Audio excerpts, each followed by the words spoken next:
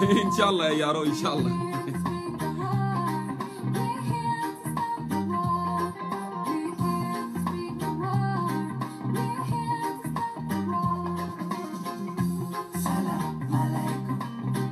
أهلا وسهلا مولانا.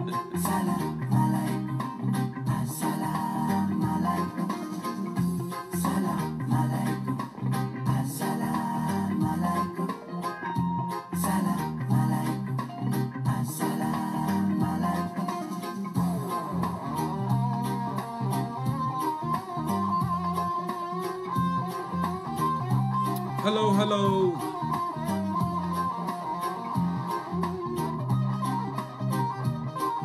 Hello, Larjin.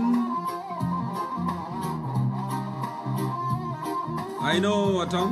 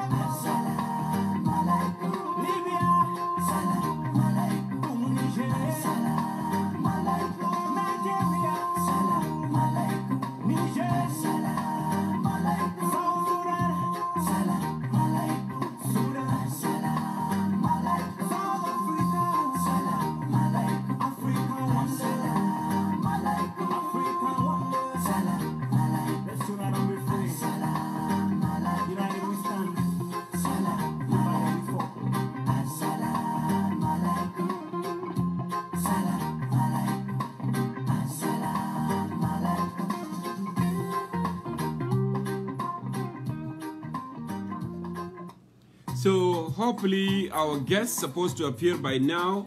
I apologize one more time because for inconvenience what had happened. We're supposed to be in the middle of interview now, but for some reason, brother Mayen Dengdit, he was unable from the beginning to connect with his laptop or iPhone. But actually I had a conversation with him, so you need to use an iPhone so this thing can get going. So we are waiting for him. If he appear here, I'm gonna go ahead and bring him live so we can start, our discussion. One more time, I apologize, and I welcome all of you. I welcome all of you for joining us back here to start doing this thing. So we are waiting for you, Ustaz Mayen. Go ahead and log in, and you don't have to write anything. If you don't see any green button, then you don't have to do anything. Right? Jongkor. So welcome back, Edward. We are still waiting our guest. Inshallah, and it looked like what happening? الجهاز ده مشكلته شنو؟ المشكلة في connection. لأنه I think camera was off, but we resolved it already. I talked to him, but I'm waiting for him to see him. But it looked like it's still not in yet. لو هو جاء إن شاء الله أنا بجيبه يعني because we are running out of time, to be honest with you, because we do this 4 hours. نقوم نخليك تستضيفه لأنه هنا هنعمل مداخلات بعد ما نستضيف الضيف. إن شاء الله إن شاء الله يا إدوارد. And thank you. As الجهاز بتاعك الزبط ما في إيكو تاني, which is good. كلام جميل جدا. All right, Ustaz Mayen Dengdit, please, if you are here, just hit the green button, or I don't know. why you are not appearing? Anyone see him, Ya Jamaa? Let me know, because I don't see him from my end here. I'm still waiting. I'm still looking on the screen for him to appear so I can call him. We can start, our conversation. This is so crucial to start now. It's around, so exactly it's 10 p.m. Juba local time, and actually it is 11 p.m. here where I am sitting in Washington, Seattle. So hopefully, it will send in, and then we can start our conversation right here. So I still don't see him appearing. I don't know what happened. What's the problem? Okay. That's something I don't know. Let me go ahead and try to do some here with him, and hopefully, hello.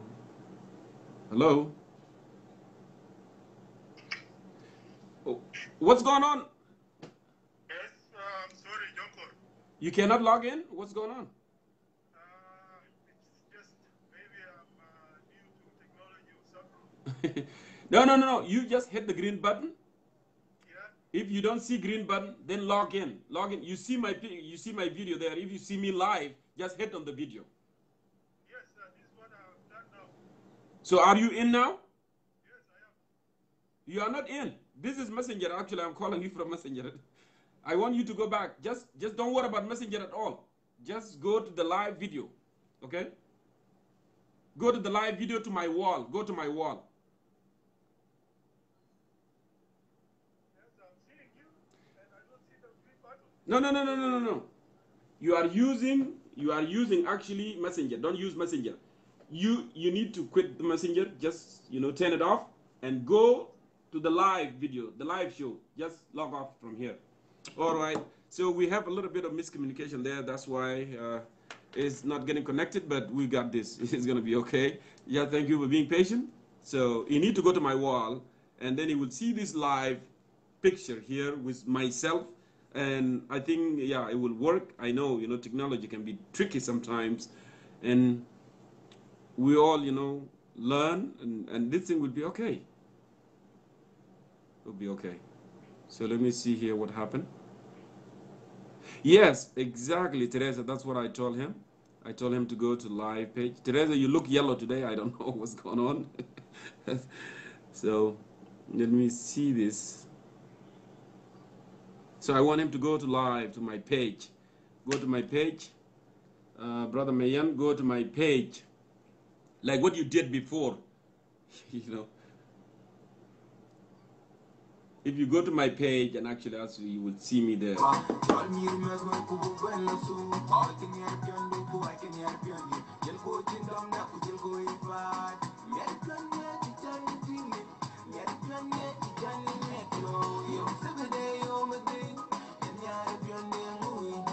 Okay.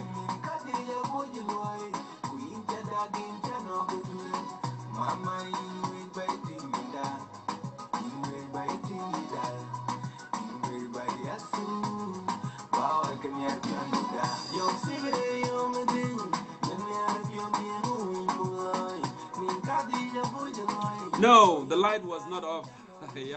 Light is on.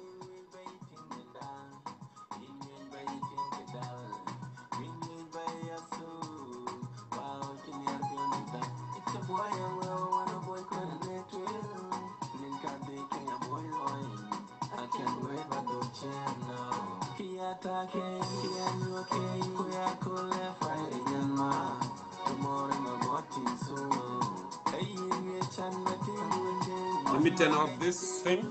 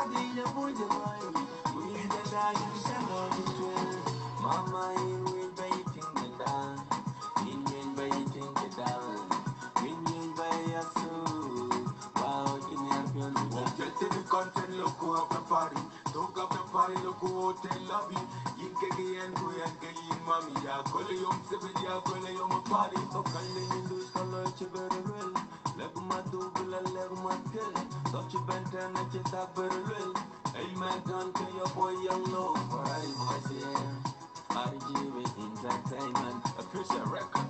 I call it dear Igga walai. Fatita I would tell no lie. I call it dear Igga walai. Fatita I would tell no lie. Nyana nyana nyana zawatana. Jura tananda. Yo fumide yo magay. Nyara biyonde ngui bulo. Kati ya bodi loy. Winta da dinta no.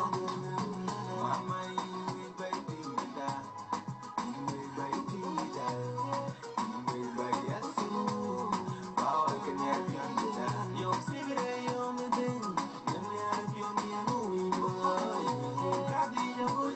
So I don't see Brother Mayen here on the page.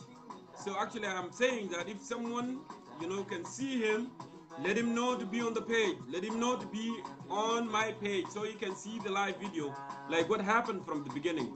Otherwise, this is not going to work, So hopefully he will appear here on the page so we can call him and move on. All right.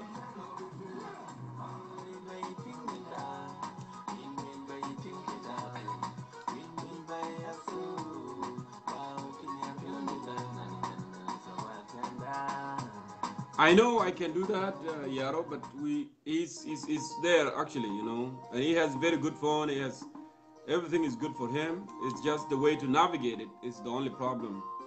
So.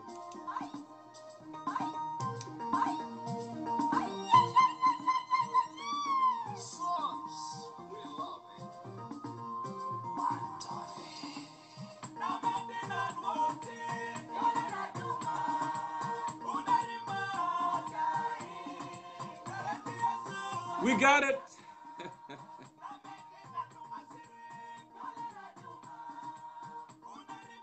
Let me see here.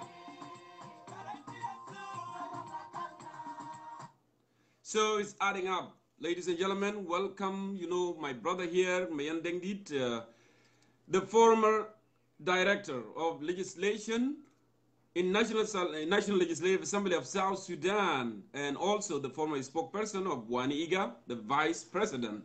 So now I'm calling you and it's adding up. Go ahead and answer that so we can proceed, with our discussion today. And one more time, I apologize to our viewers for inconvenience, for what had happened. We were struggling, connecting him, but hopefully, things are gonna go fine and we would be able to conduct this, inshallah. So I'm calling you right now. Go ahead and answer. I see that, Diaro. So go ahead and answer that, Ustaz Mayen Dengdit, so I can bring you live. All right, hallelujah. We are able to make it. It's okay, Thing happen sometimes, and again, welcome to Concerned Citizen of South Sudan. It's good to have you on our show here to speak live to the people of South Sudan. Thank you, Jongkor, and I have to apologize to everybody. I'm sure 90% of them now hate me or something because of my inability to connect. No. I do apologize for that. Nobody can. They don't have to hate you. We all go through it, No one was born with technology. We all learn, and if you are not used to it, if you don't do it, and then that's what it is. It's a trick. But again, a viewer just called me and walked me through, Layla. Teresa. Awesome! Thank you, Skiaser Neo. Layla, thank you for doing that. She did an awesome job. That's good. So, welcome again to our discussion, and it's good to have you here tonight. First, I want you to tell us a little bit about yourself and your relationship with Wani Igga, the Vice President of South Sudan. So, floor is yours. Well, I first met His Excellency, the Vice President, in 1998 when I decided as a young, energetic young man to join the armed struggle. Yes. And since 98, it's now about 20 years. I've known him for 20 years closely. Professionally, yes, he appointed me in 2008 as Director for Legislation when he was the Speaker of the National Legislative Assembly. And during that time, I also acted as the legal advisor to the National Assembly when my immediate superior, Edward Modesto, Justice Edward Modesto, a very competent lawyer who is still the legal advisor right now to the National Assembly, got a stroke, got sick, and I had to fill in for him. So that also brought me closer because the Office of the Legal Advisor works with the Office of the Speaker.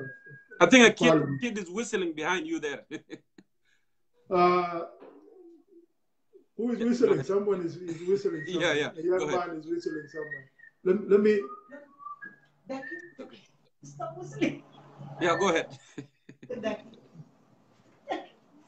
Uncle David is on the phone. Sorry, I've just asked them to. It's okay. Yeah, go so ahead. I worked with him for 5 years, from 2008 to 2013,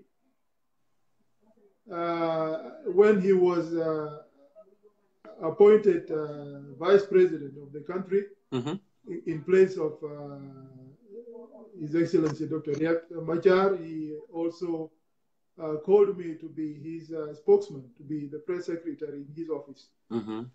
And I continued from there to work with him until this year, until March this year. So in total, I've worked with him for 10 good years, and this makes him my mentor. I take him as my mentor. All right. Thank you so much. Yeah. Thank you for walking us through. Now, you might have been a very intelligent man because everybody wants you to work for them. You work with Wani, and then Dr. Riek Machar actually called you to be a spokesperson for him as well. No, don't get me wrong. It's Dr. Wani who called me when he replaced Dr. Riek Machar. Oh, okay. In 2013. My bad. Yeah, he moved from the Speaker's office to the office of the Vice President. So we moved together from the Parliament to the presidency. Okay, I got it. Now, if I may ask you, Mr. Dengdit, you worked with Wani in 2008. He appointed you as the Director of Legislation. Legislative Affairs. Yeah. Yes. In South Sudan National Legislative Assembly, for our viewers to understand that, is director of within the parliament. So, what it sounds to me is a big job. What do you do as a director of legislation within National Legislative Assembly? What was the job actually? What is your task? Well, I supervised a group of lawyers, about 5 lawyers in the directorate, who are normally seconded to the National Assembly by the Ministry of Justice to help with legislative drafting, legal drafting, and drafting urgent and important matters, and advising members of parliament on legislative procedure and practice. So we worked on lawmaking in general, and we worked closely with the standing specialized committee, the Legal and Legislative Affairs Committee in Parliament. It was led by, is currently led by Maulana Dengdit. Before him was Maulana Dengarok.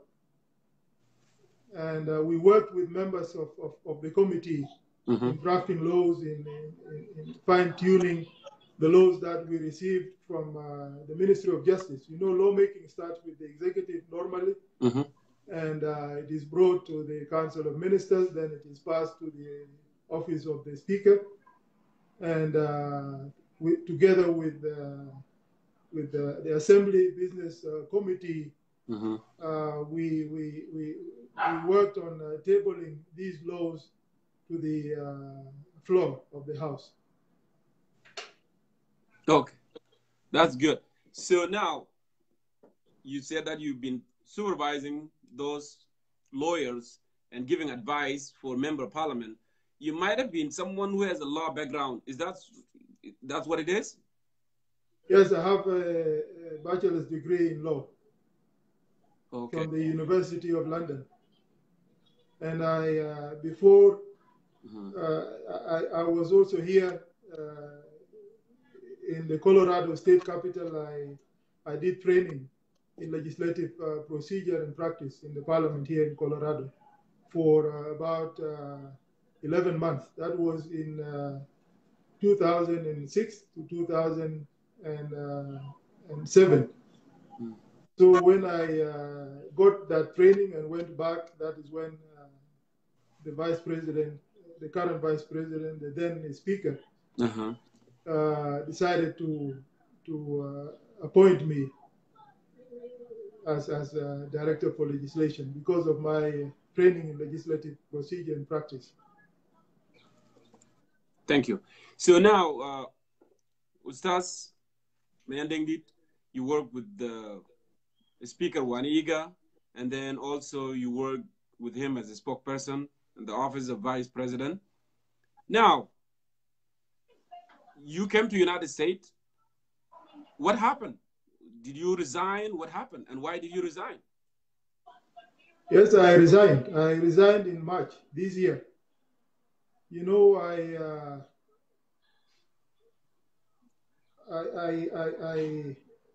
have personal reasons for resigning, as well as general reasons. I differed with the vice president over certain policies, with the economic policies in the country. I differed with him. When you say vice president, you mean Wani Igga? His Excellency, yes, the vice president, Wani Igga. Go ahead, yes.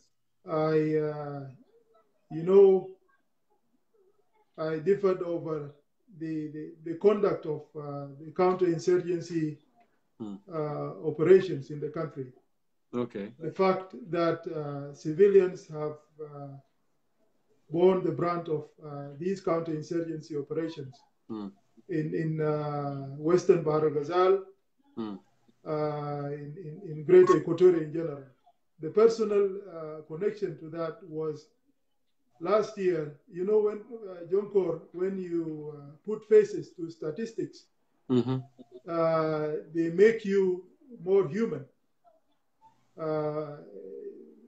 rather than just reading statistics, numbers. You know, when I went to bury my father last year in Lugluk, our village, close to Kwajok, coming back to Wow on Sunday, the morning, the next morning, that was Monday, some civilians became victims to operations in Wow town, to military operations, including my own maternal grandmother, sister to my grandmother from Ndogo tribe, who was displaced and went to the church in Wow for refuge. And I have a connection with that church because that is where I grew up. I was born in Wow, I grew up in Wow. And it is that in that church that I received the sacrament of the Holy Communion. And going back to the same church and seeing relatives taking refuge there was a knock on my head. Because it's the government that I belong to that is creating this havoc against civilians. I also felt angry when I drove to Uganda using Juba-Nimole Road, and I saw how the civilians, especially Madi, Ajoli, along Juba-Nimole Road, who had come back and started building their lives when peace came back to South Sudan in 2005.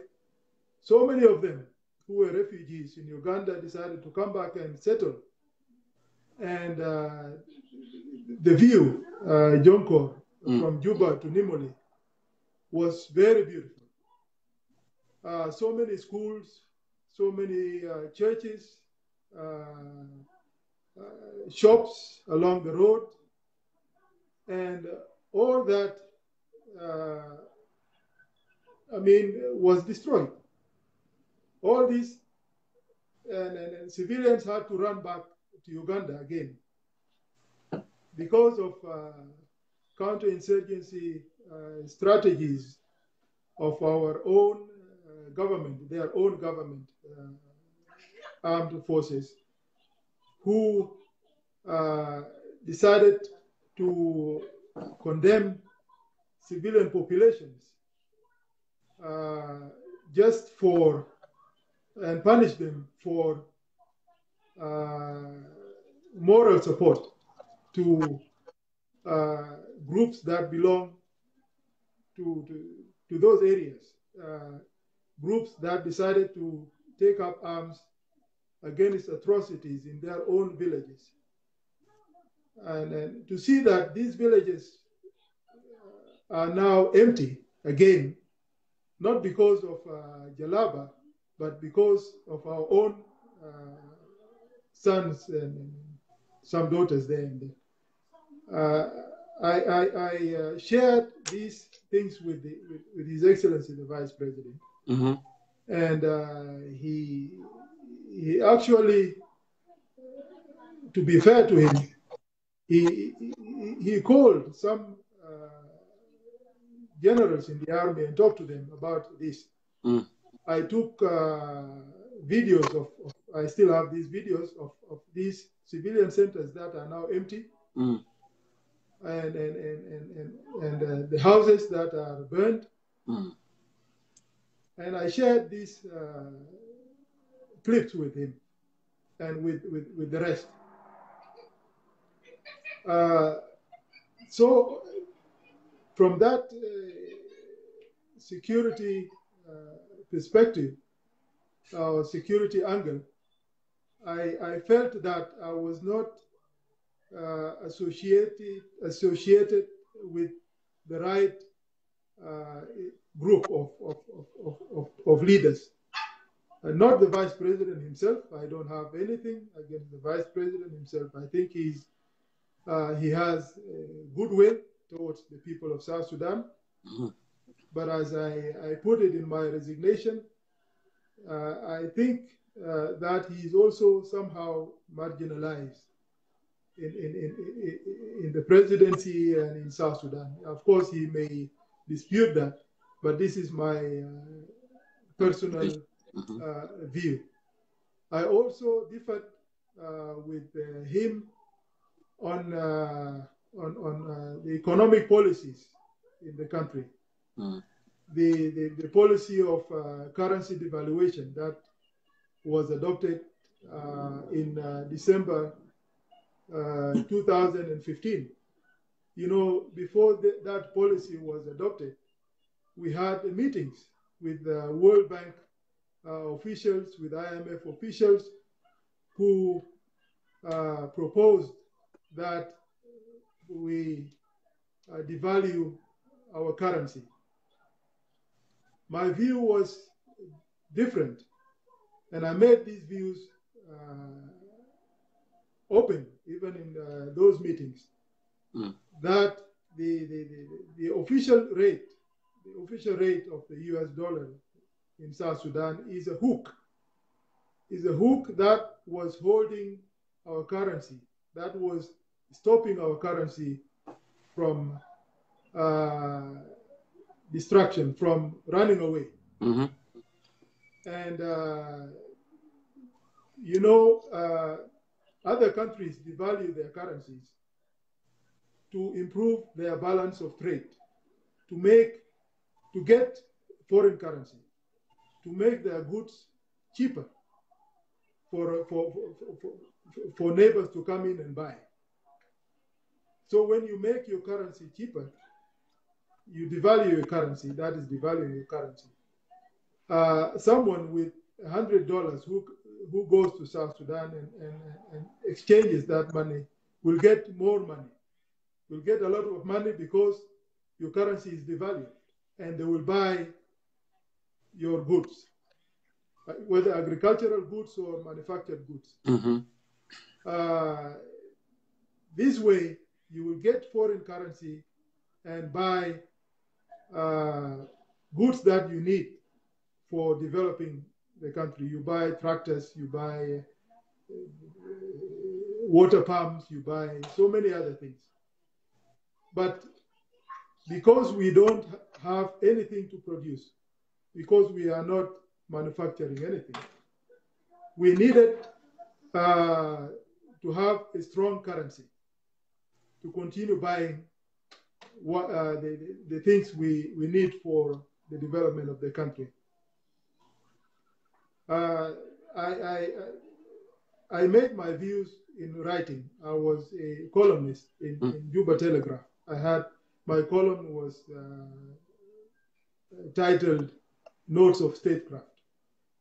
I differed in private settings, but I also made my views clear. It's also in my Panluel column. I'm also a writer in Panluel. I'm one of the columnists in Panluel.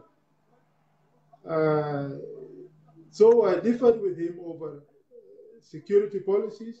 I differed over economic policies. And I just decided that it was time to also leave. 5 years were enough for me. And then I thanked him. Even in my resignation letter, I thanked him for the confidence he bestowed on me, for bringing me closer to him, for working with him, and for the experience I got through foreign trips, through attending different summits with him, whether it's the UN General Assembly Summit, the ICGLR Summit, the International Conference on the Great Lakes Region, the Summit, Africa-France Summit in Mali, India-Africa Summit. And these were great experiences for me. And these are experiences that I thank the Vice President personally for these experiences. And but it was time for me to leave. I could not, as I also made it clear, I could not serve two masters. I could not serve the people as well as those who are aggressing the people, those who are destroying our villages, those who are chasing our people across international borders, those who are making our people refugees in their own country, those who are who have destroyed the country to the extent that we have UN or foreign troops protecting women and children in protection of civilian sites all over the country, in Juba, in Bentiu, in Malakal, in Bor. So I felt that my association with such a government was not in place. I had to leave. Thank you. Thank you, Mayen. And actually, I wanted to say something because I had a question actually on the meeting between, Vice President Wani Igga and the army generals.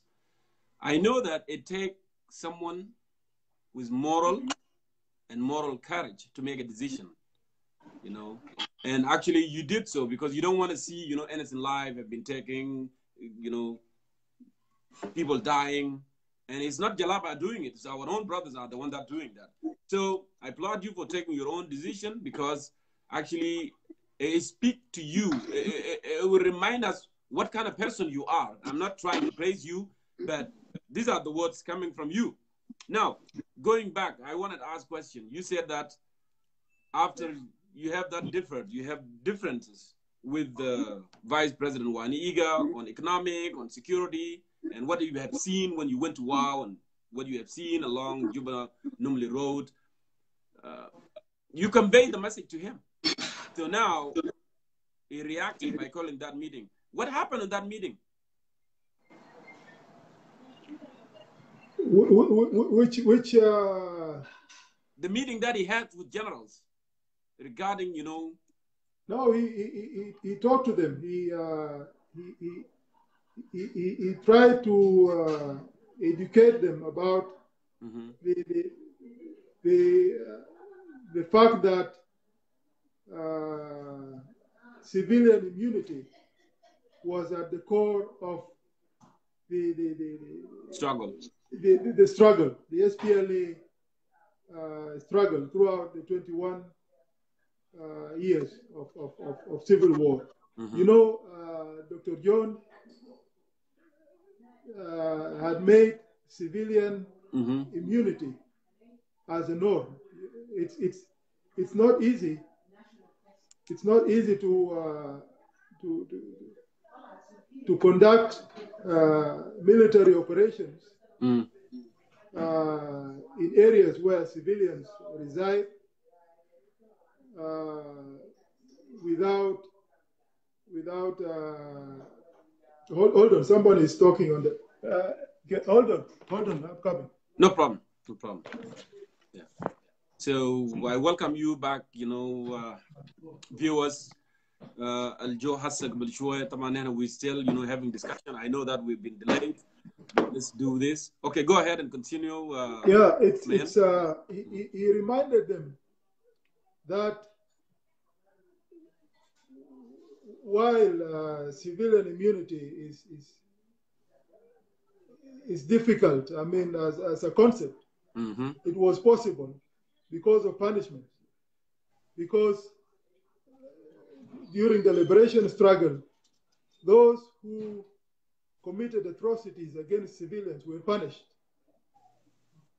In fact, Dr. John continued to talk about the fact that he drew an analogy of the fish and water kind of relationship, that civilians are like water to the fishes.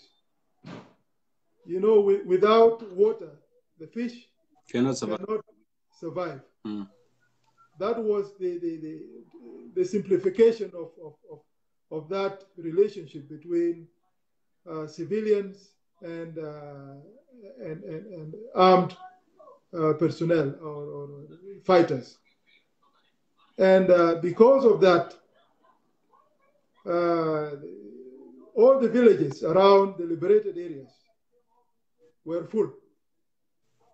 I was in Equatoria, I was in Yei, I was a soldier. I was in Pakula when I was receiving my military training in Pakula. sometimes we ran out of food, but we were asked to go to villages and ask for food, and we were warned not to aggress. Mm-hmm. In fact, and these civilians gave us food.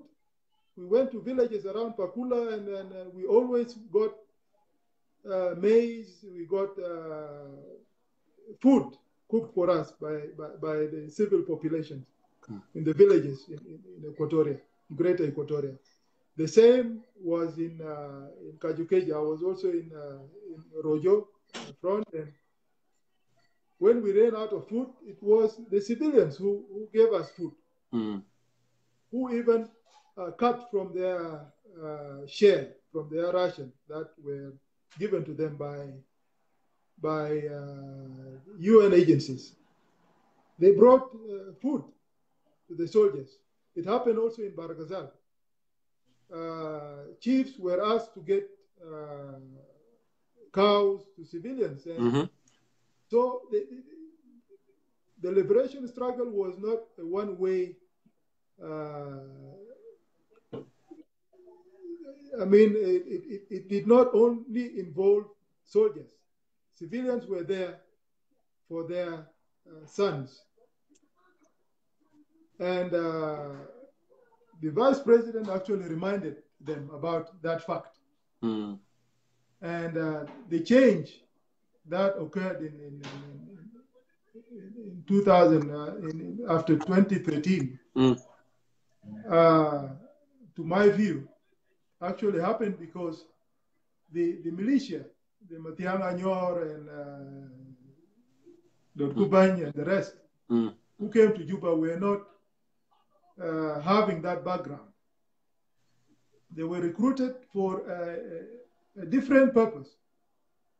They were picked from the Tojes of our own Toj, Awil, and they were brought to Equatoria and warned against civilians. Unfortunately, some government officials, including the Minister of Information, once warned people around Ye that because he's a lawyer, that those who in law, those who harbor criminals are also criminals. You know, it was a blanket. It was a blanket condemnation of civilians. You don't punish civilians for moral support of their sons. So basically that he spoke directly. If someone support SPLA-IO or support whatever, NAS, or support any other, armed struggle and get to your house or you support them, you'll be a target. You'll be our target. That's what he meant.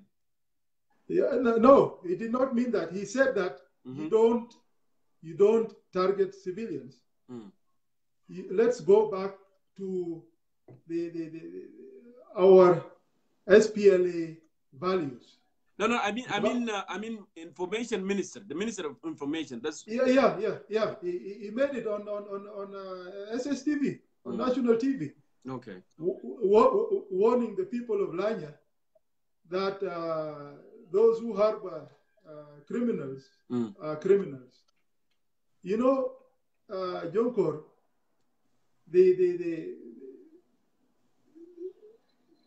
these militias or these small groups, the local resistance groups that have sprung up in South Sudan are a creation of wrong counterinsurgency operations. Take, for example, the people of Ye. They are farmers. They are good farmers. I know that. When we were in Ye, I was in Ye in 98, 99. You know, these civilians used to bring food to Ye. They fed the whole town during the liberation struggle. They don't enjoy running in the bushes. They want to farm. They want to use their weapons to hunt. We used to hunt around these areas. So this life of running and fighting is not theirs. It is imposed on them. You know, 2 days ago, I heard the vice president, I don't know whether he forgot what he was telling he warned the people of Ye that... I think we will come on that. We will come on that. I'm going to come on that. Now, so when Vice President Wani Igga met with the generals and gave them, hey, this is not who we are. This is not our values. We were fighting for the civilians. And civilians, they were, backbone of the, SPLA. That's why we succeeded. That's why we were able, to press the enemy until we got a CPA. CPA led to a referendum. The civilian, they went to ballot boxes, and they voted overwhelmingly, and we got the country. So it reminded them. So did this information proceed to the president so they can make a bold decision on civilian? Did it happen? Well, I think he did. He did. He went and talked to the president about it, including this issue of cattle coming to Greater Equatoria, coming to farms, people's farms. He also raised that issue, and it's Jongkor, what is happening in Greater Equatoria, in Western Barghazal, in West, it's a policy. It's some of our people in Juba failed the temptation to take sides. There is a natural temptation in us as human beings to take sides with those who look like us, those who speak our language, but when you rise to become a leader, or for their interests also, sometimes people take a side. Yeah, but that temptation, that natural temptation, must be overcome by all of us as South Sudanese, and especially by the leaders of the country. You do the right thing to the Ndogo, you do the right thing to the Kakwa, you protect the Acholi, you protect. As a leader, you speak or you work on protecting everybody. But this is not the case in South Sudan. Communities have been labeled terrorists for defending themselves. Communities have, it's a new South Sudan. As people, the people of South Sudan have for 200 years lived under persecution of external forces, different forces from different parts of the world. Coming back to their own country in 2005 up to 2013, they came in droves, in thousands. All the villages were full. Towns grew overnight, only to be, it's like the proverbial... I remember I sent thousands for my brothers to leave Khartoum and go to South Sudan. I remember very well. Yeah.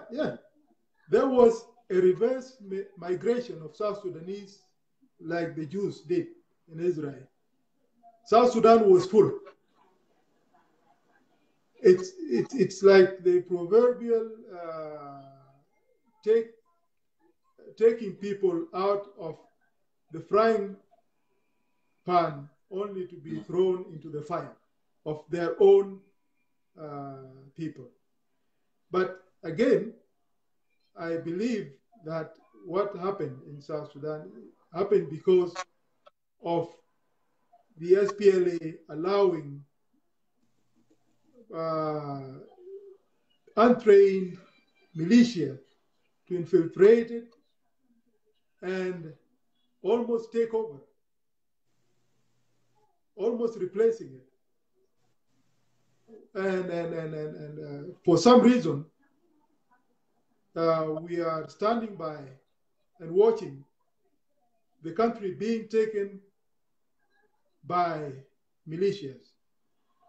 I remember in 2006, I came to South Sudan first in January 2006 to Juba. I was a liaison officer. I was an operations officer of Dengdit. That's the U.S. Department of State subcontractor. We're working on upgrading the SPLA into a professional army. We flew from Nairobi with the director, Colonel David Fielder. He's a U.S. Air Force colonel who was in charge of the program, Dengdit's program. We came to Juba. We established the Dengdit's office in Juba, and as a liaison, I remember going to late Paulino Matic to organize a meeting with my boss, David Fielder. And of course, he did not speak Arabic, he did not speak English, and there was a translator. I organized the meeting, and we sat, and David Fielder was talking to him about transforming the SPLA and the role of the new militias coming in. I remember General Uyai was the chief of staff. We also met him. And he rejected the idea of bringing the militias with their ranks. That was General Uyai. And when that was, the message was sent to Paulino Matic that your ranks were inflated. And the chief of staff does not want this. And I think that rejection of the big list that were brought by the different militias cost General Weah his position as chief of staff. He rejected that. But because of infiltration of the SPLA by militias, the doctrine of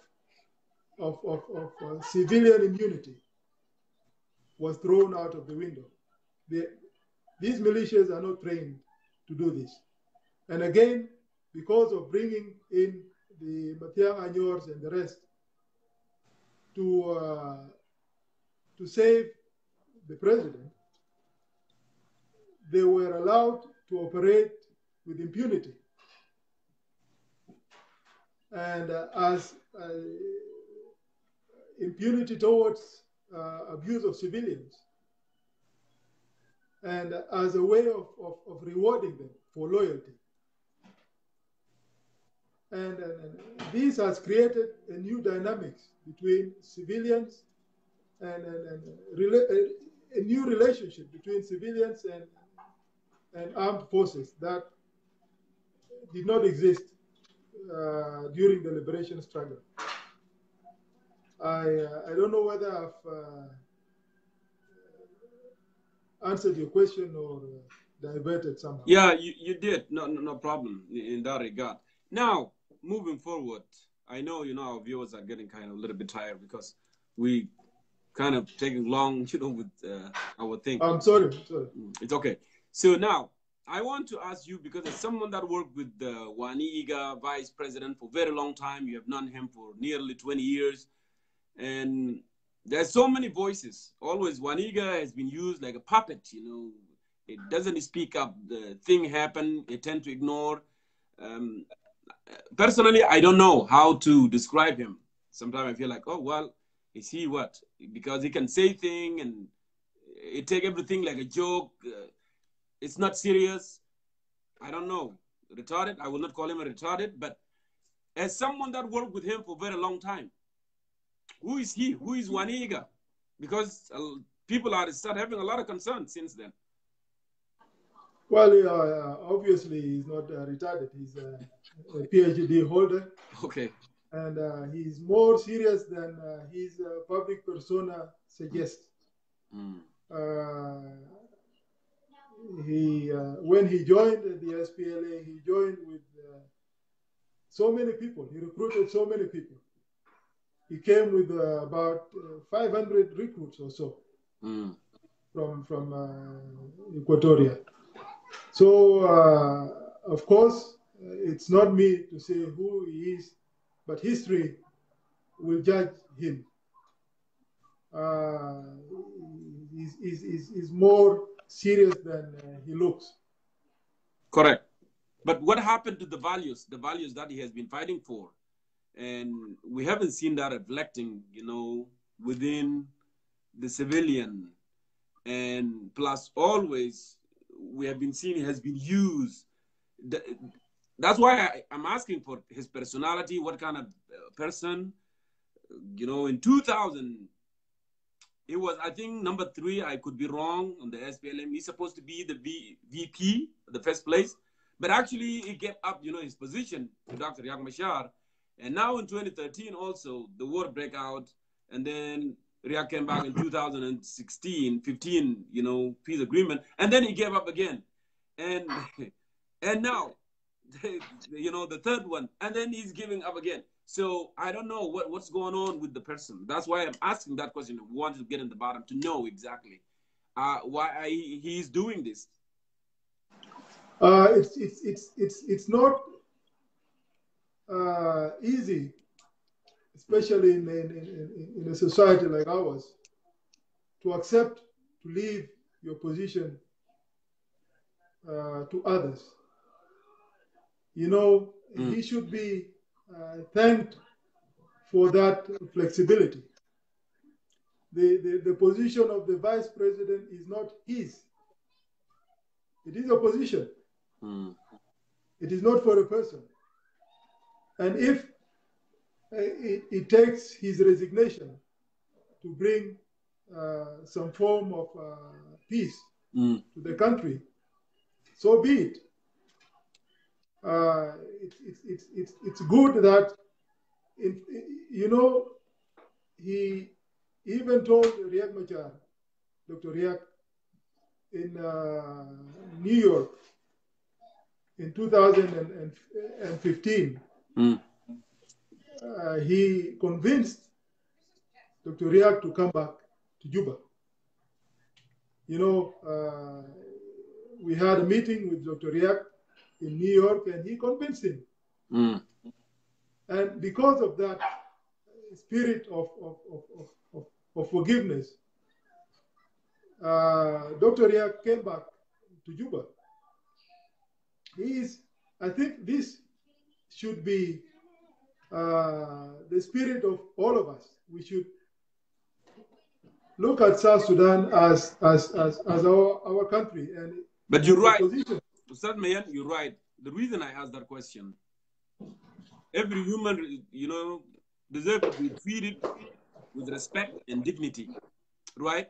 He played a crucial role in SPLM, SPLA, He played a very, very crucial role bringing those together and fighting for our freedom. But if people are using you as a puppet, or if you are marginalized, don't you have self-esteem and a decision that coming from you? I'm not going to take this anymore. If that's going to cost me a position, okay, I'm going to stay in my house. Does he have that kind of guts? Well, it's difficult to dive into someone's gut, even if you are so close to them. There are things that need meditation. Such decisions are always personal. It's not for me to say whether he has it or not, but having been a senior aide to him for 10 years, I have no doubt whatsoever about his commitment to the country. But I also see that his goodwill and his commitment is not effective. And I don't know what he should do. Maybe other people can advise on what he should do to make his goodwill effective enough to bring change to the country, to bring change, to bring peace to Greater Equatoria, to bring peace to Greater Baragazal, to bring peace to Greater Upper Nile. He's a mature politician, he's a freedom fighter, he's a liberator, and he's an educated man. I hope he meditates over these issues that you have just raised and over these questions that you, and I hope these questions also reach him. Thank you. So now, working in J1, and we have heard a lot of things, you know, happening in J1. The money on the office of the president, the money has been taken, people keep going, you know, people are writing things, fake signature, go to the thing and get money. How it looked like, what it was to work there at J1, daily activity in terms of ethic and, you know, and interaction, and how it looked like. Can you describe that? Well, the interpersonal relations in the presidency is actually great.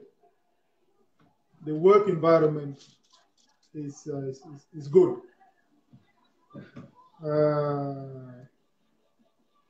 We work as colleagues. We are respectful to each other. And in general, the work environment, the office spaces, is conducive for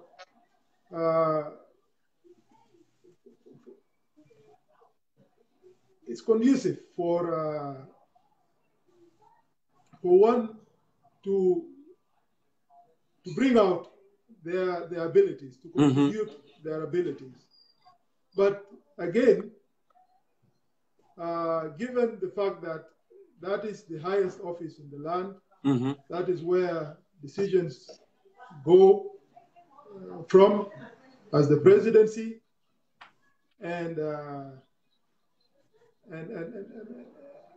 the country has been destroyed under the watch of that of J1 and the presidency. That conducive environment, internal conducive environment, means nothing if the product is negative. The energy that goes out is negative. It's that office has not managed to control the negative energy all over the country and the destruction of the country. In fact, it has contributed to the destruction of the country in many ways. And the technocrats in that office may not be responsible for political decisions that are taken. We sometimes advise, we make our views clear in writing. We, those of us who are closer to our superiors, we talk to them about these things. But decisions are made when they are made, and most of the decisions that have come out of J1 and have not changed the course of the trajectory of the country is now on this destructive trajectory. So it actually doesn't matter whether the office space is good, whether I think that it doesn't add anything, any value to it. Okay. So now, adding the financial question. Financially, where those surrounding the president and the vice president are well off when it comes to term of financial, because we have seen people are suffering, you know, along there. They don't get salary for 6 months, 9 months, but the presidency, do you or others work with you inside J1 experience the same thing? Your salary won't come, you know, on time, and how survival thing can happen? Yeah, of course. Sometimes we go without salaries, but you know, those who are closer to the principle, sometimes, I mean, it's strategically not advisable for people who work in the presidency worldwide to have serious shortages in finance, in basic needs, in terms of meeting basic needs, because that creates insecurity in itself. That creates a vulnerability in itself. That creates a weak link in the presidency that can be infiltrated in terms of finances. So, well off, I don't know. It's a relative term. I don't know. Well off to someone may not be well off to another. It's in the eyes of the beholder. But generally, I think is everyone receiving decent pay that can make them survive to the next and move on and on? Well, they are surviving. I think they are surviving. They're surviving. Not like before, but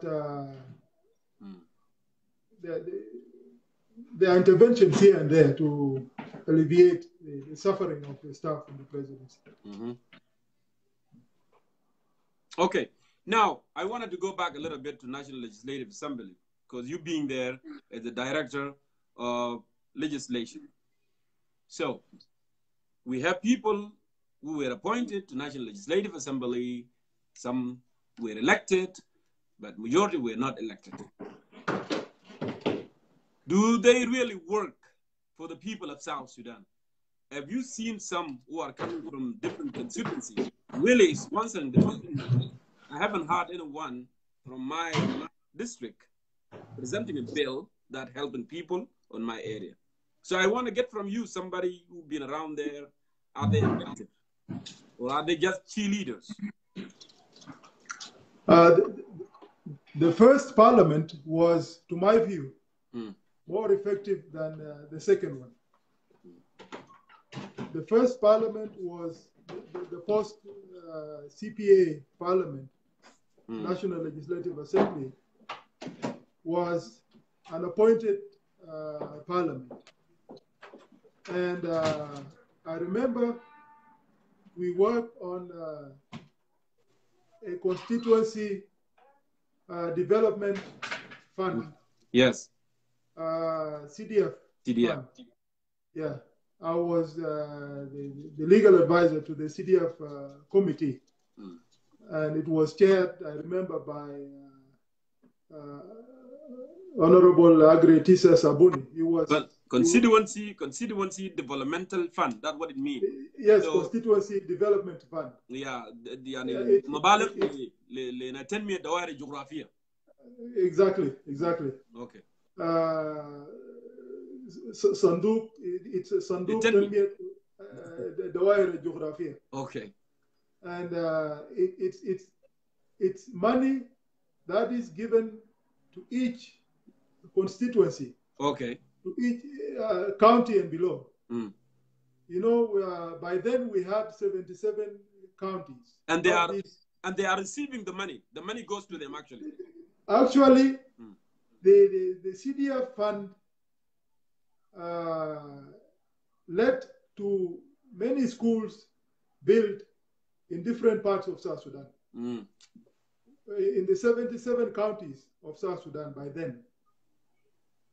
But again, the CDF fund stopped somewhere in the middle for some reason. You know, it was something borrowed from Kenya. CDF was borrowed from Kenya. Okay.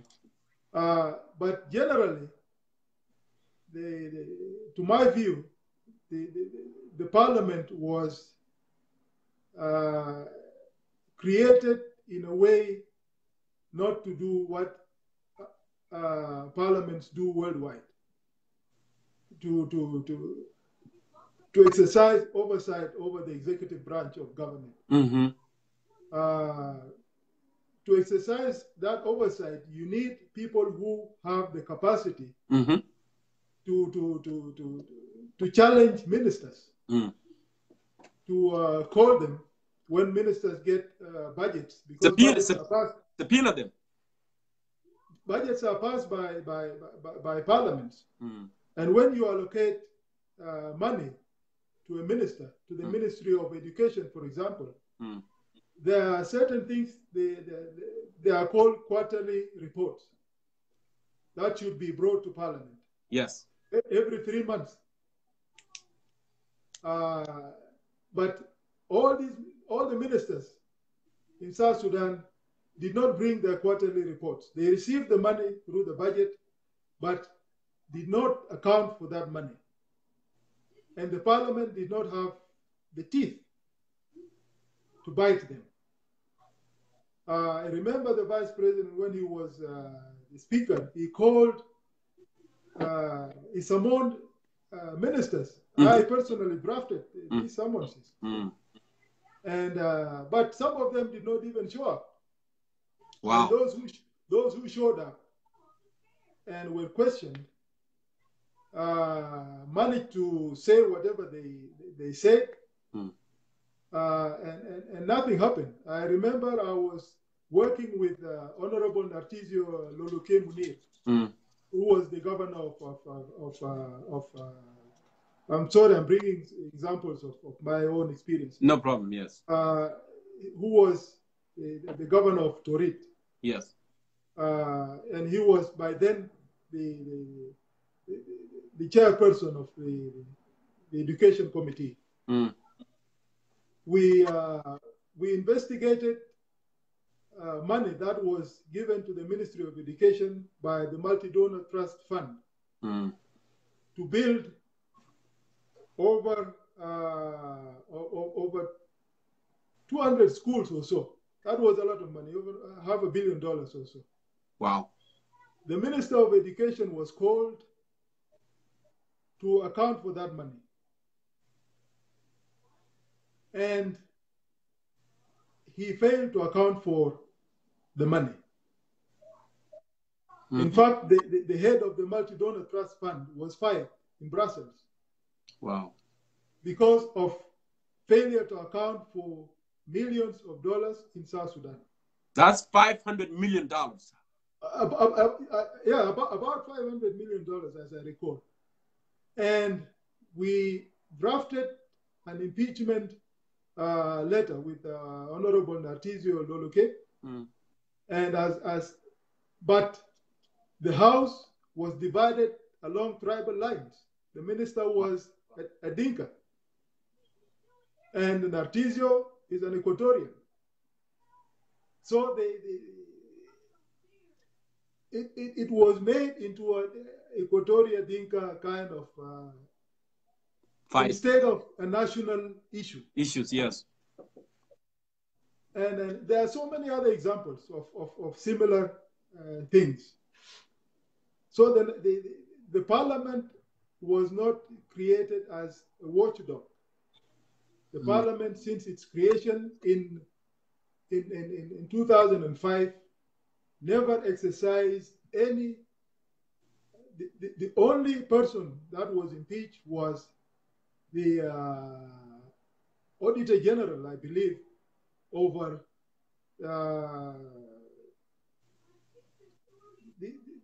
these gentlemen who is Al Cardinal. Issues to do with Al Cardinal. And Al Cardinal is now back to South Sudan and is doing business and he's multi-millionaire. Even though the Auditor General was impeached. That was the only person that the parliament moved against.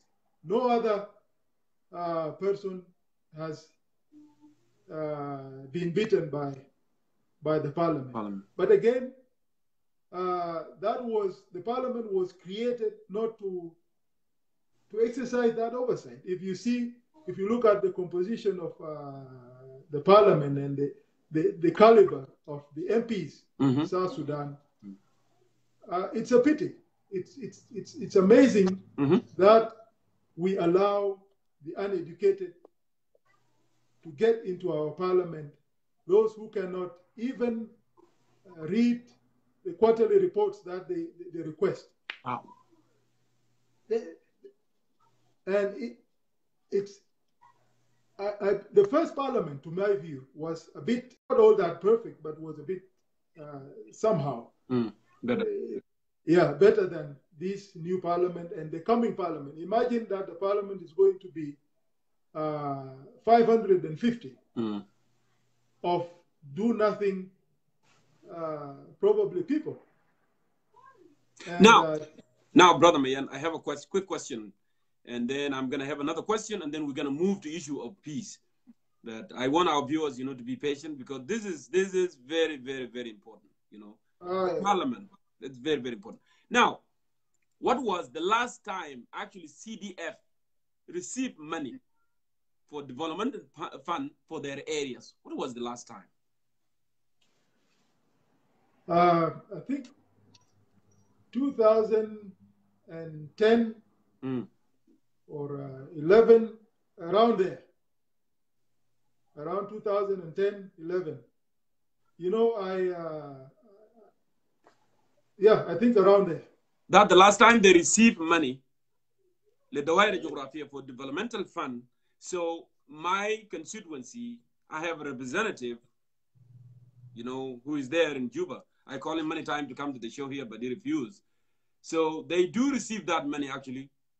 So according to what I hear now, in 2011, and they did not do anything.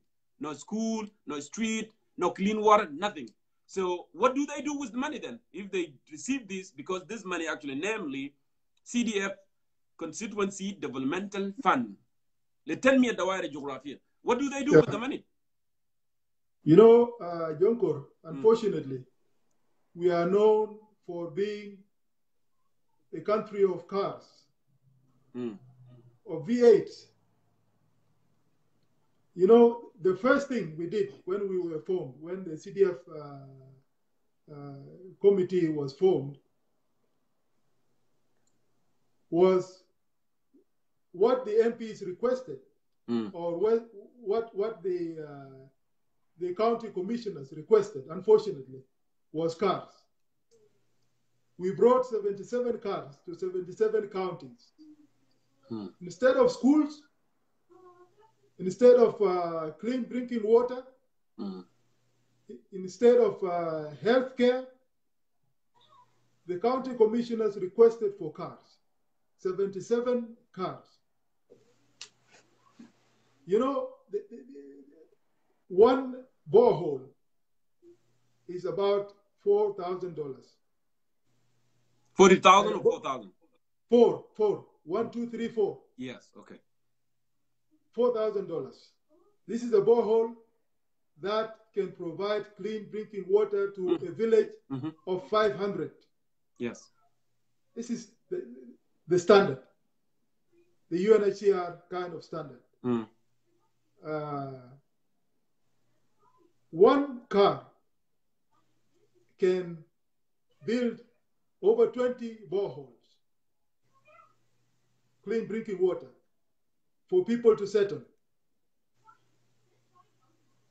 But what happened is that they first requested for cars. We brought them 77 at their request. And some of them were driven in Juba instead of taking this to the county. To the counties, to the county commissioners. And some county commissioners came to Juba and quarreled over these things. Where is my car? Where is my car? And my MP is driving my car. And this is a pity. Instead of fighting for that, we don't want cars. We want boreholes. We want health facilities. We want... They come to Juba to fight for where is my car. So the CDF fund was used to build some schools. Some MPs actually did some good job, but the minority. Most of them did not deliver. So the CDF fund was a noble idea to take towns to the people. To the people. But it remained an idea until it died out because of no commitment towards the people. I wonder, and actually I always call them in private, those MPs, and I talk to them, what you guys are doing. Sometimes they will be telling me stories that, you know, you cannot imagine.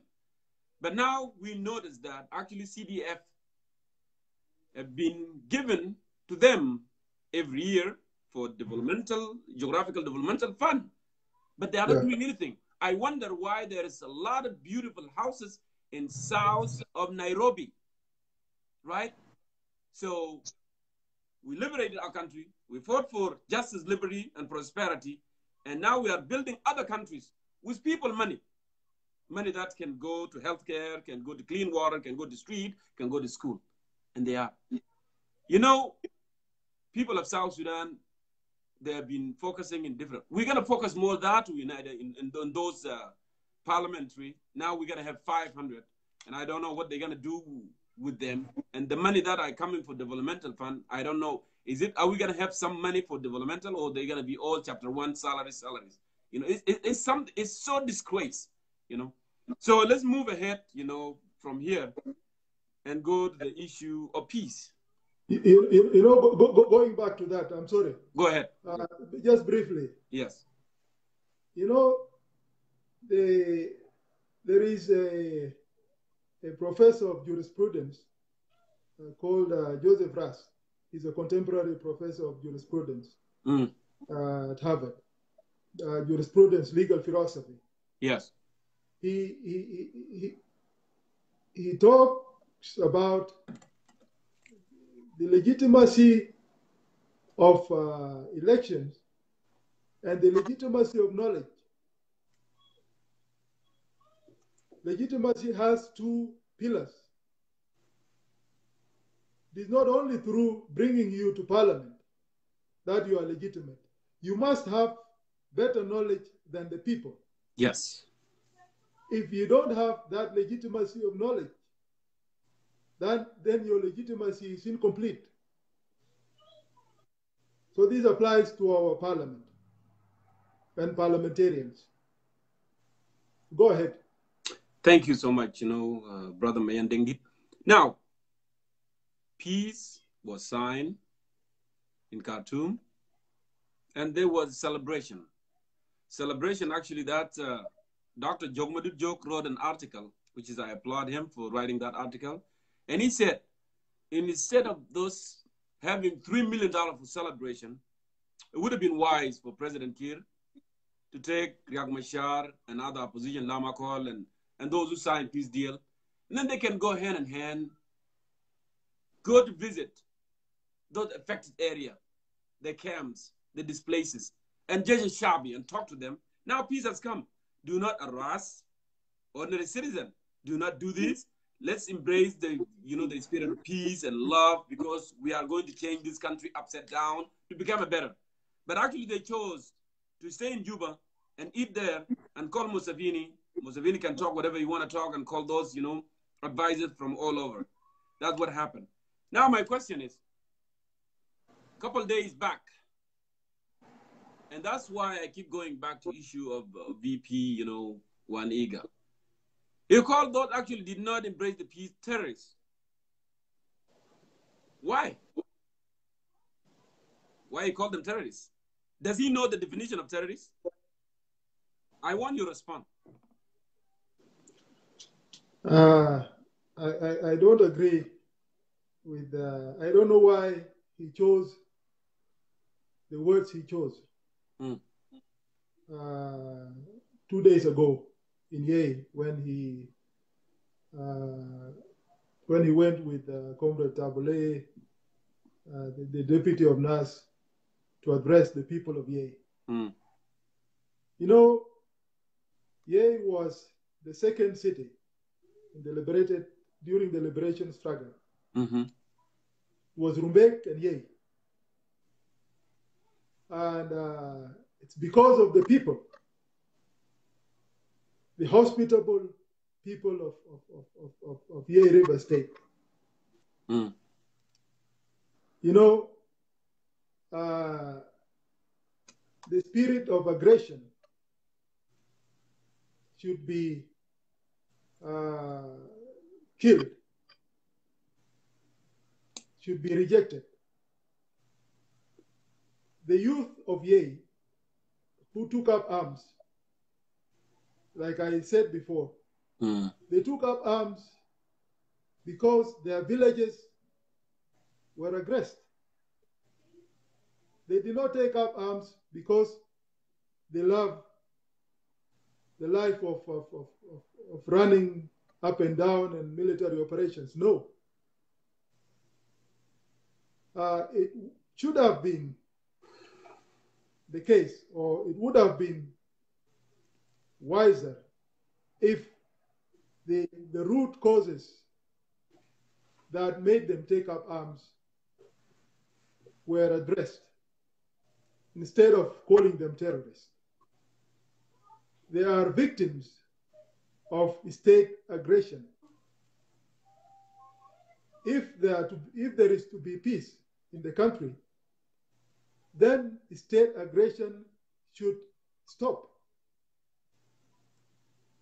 whether in terms of speeches against them or military operations in their villages.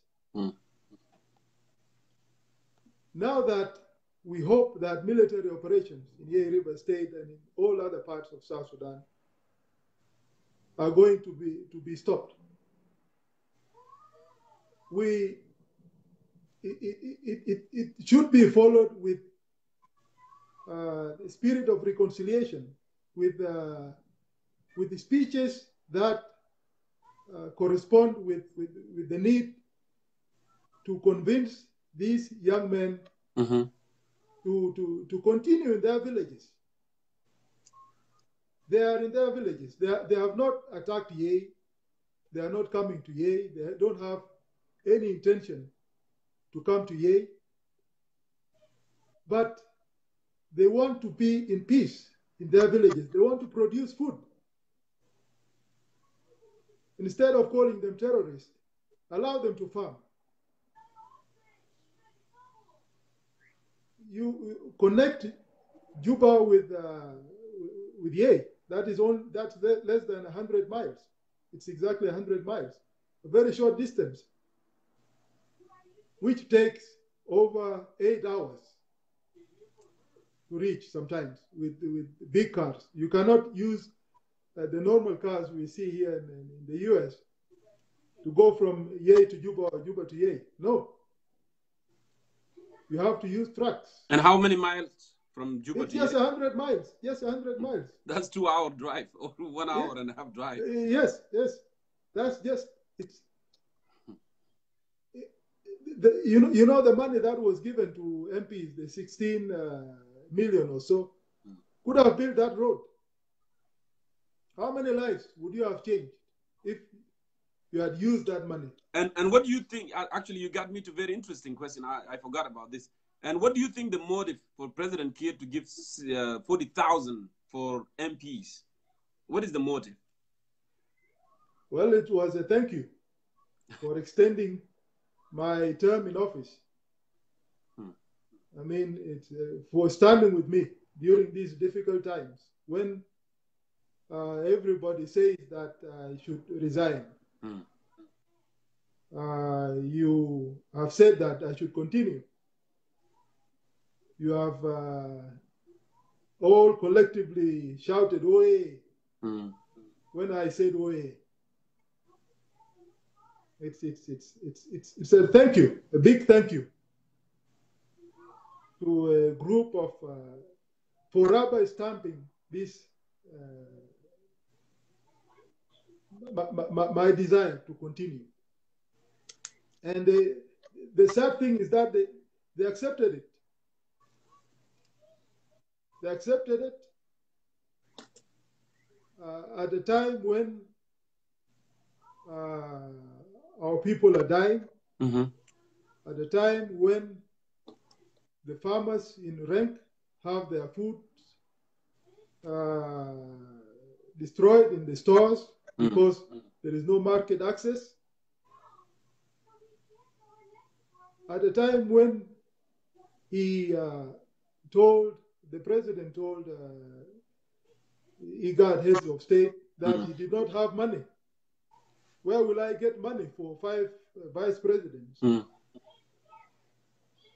mean, well, there's a contradiction. Where you got the $18 million that he gave to?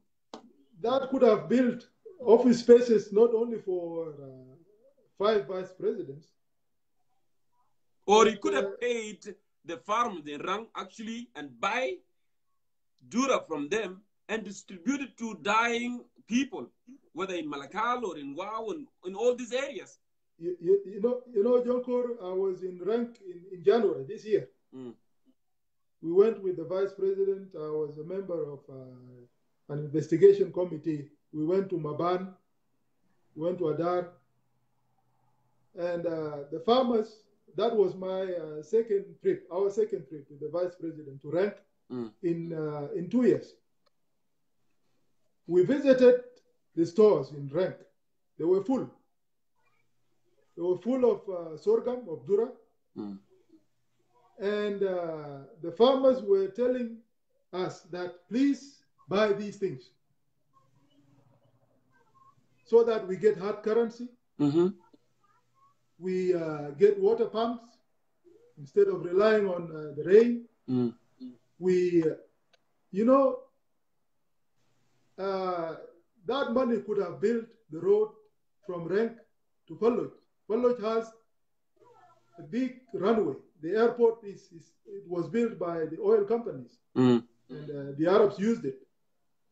It's a runway that can receive big planes, cargo planes.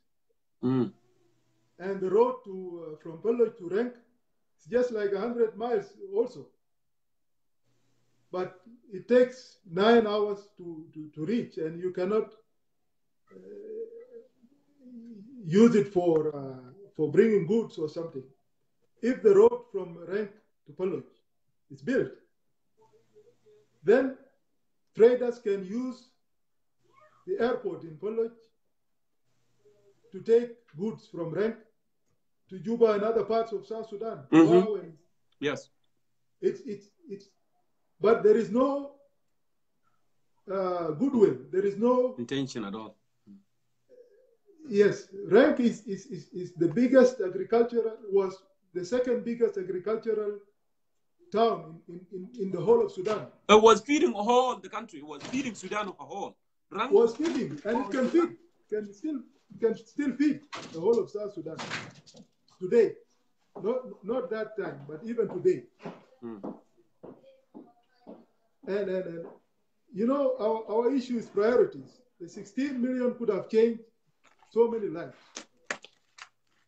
but it's just a pity, as you. Okay, now let's move on. The peace has been signed. Celebration has taken place in Juba. Yeah, going back to the celebration. Sorry for that. Yeah, no problem. It was John Prendergast who drew an analogy with the hostage-taking situation. That the leaders of South Sudan have taken the people hostage. You know, when you tell your hostages to dance, they will dance. When you tell them to laugh, they will laugh. Because they want to be free. When you tell them to come and celebrate and show up in Freedom Square, they will come and show up and jump and do all those things. But was that genuine? Was the turnout really a celebration, or just because of hope? There was no peace to celebrate anyways. Why did Riek Machar, Dr. Riek, leave Juba immediately after the celebration? If this is your home, if there is peace, you sleep. I mean, if you are coming home because you have made peace with your brother, you are given food, and you are asked to go to your room and sleep.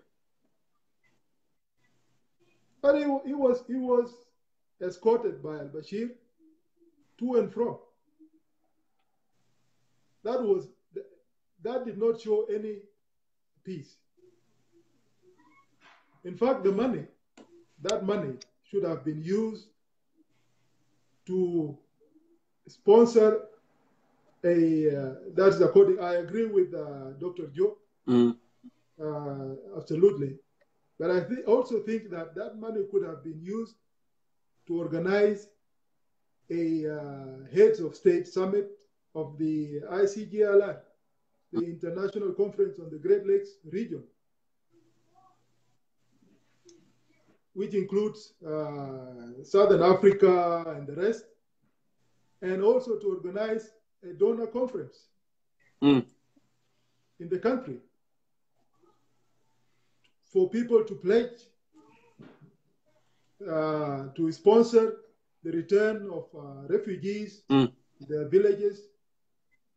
There were so many things that should have been done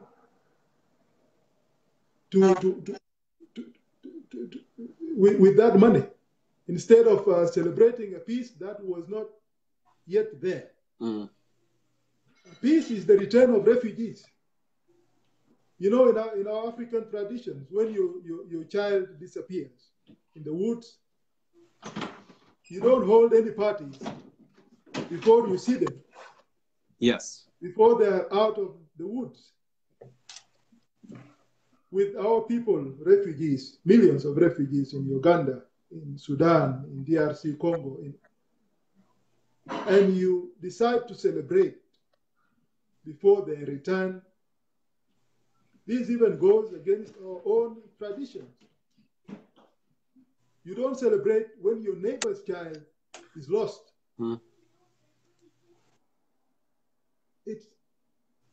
That was a premature celebration. That was an endorsement of the president and the rest. And you know, when I have nothing against the president, he was a liberator, a great man, and he will always be, at least during the liberation. He contributed a lot to the liberation of South Sudan. But when I was listening to his speech, I hoped that he was going to end that by announcing that he was not going to stand in 3 years. The speech was good. The speech was great. Whoever wrote that speech did a good job. But that was the only thing that was missing in that speech, saying that I'm going to step down to allow a new space, a new breath in the country.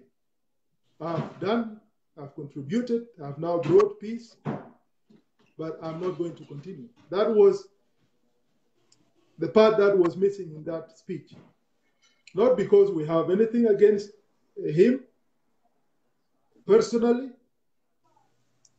but because it's indeed time to allow a new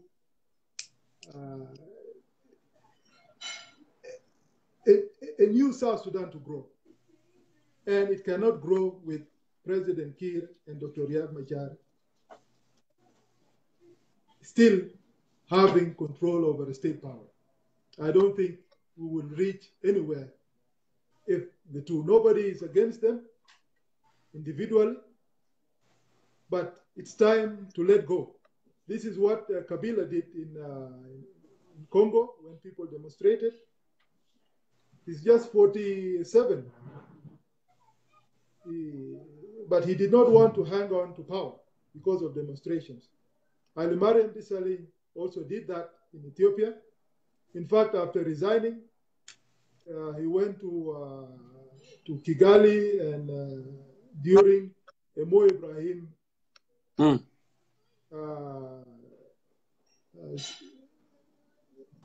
something organized by Mo Ibrahim in Kigali, he disclosed that he asked President Kiir to step down, step aside. I wonder why he did not do it when he was still the chair of Igga.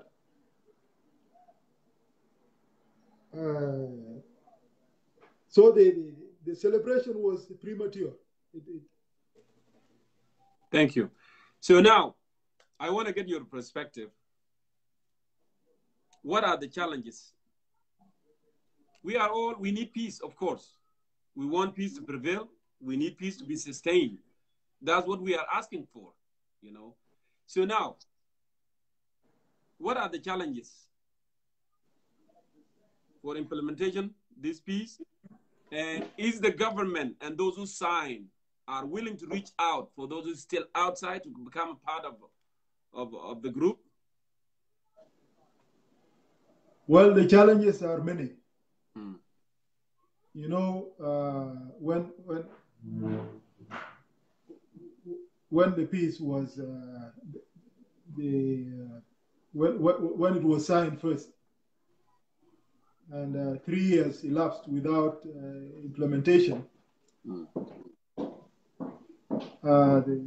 It happened because of so many factors, including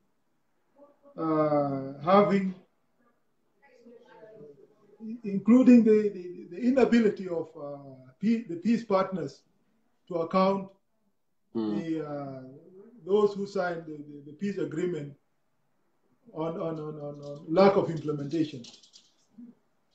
You know, when former president of Botswana, Festus Mogae, was appointed, I knew that it was not, first of all, it was not the right decision because he did not have the relevant experience in a conflict or post-conflict setting. Correct. Botswana has never experienced a civil war in its post-independence history. He accepted so many violations. The 28 states were announced when the agreement was signed based on distribution of gubernatorial or governors' positions based on 10 states. Jamek did not do anything. Dr. Riek was chased from Juba, and His Excellency Taban was brought to power. Festus Mogae actually went and met him and even embraced him, and made the UN to accept him, made the region to accept him.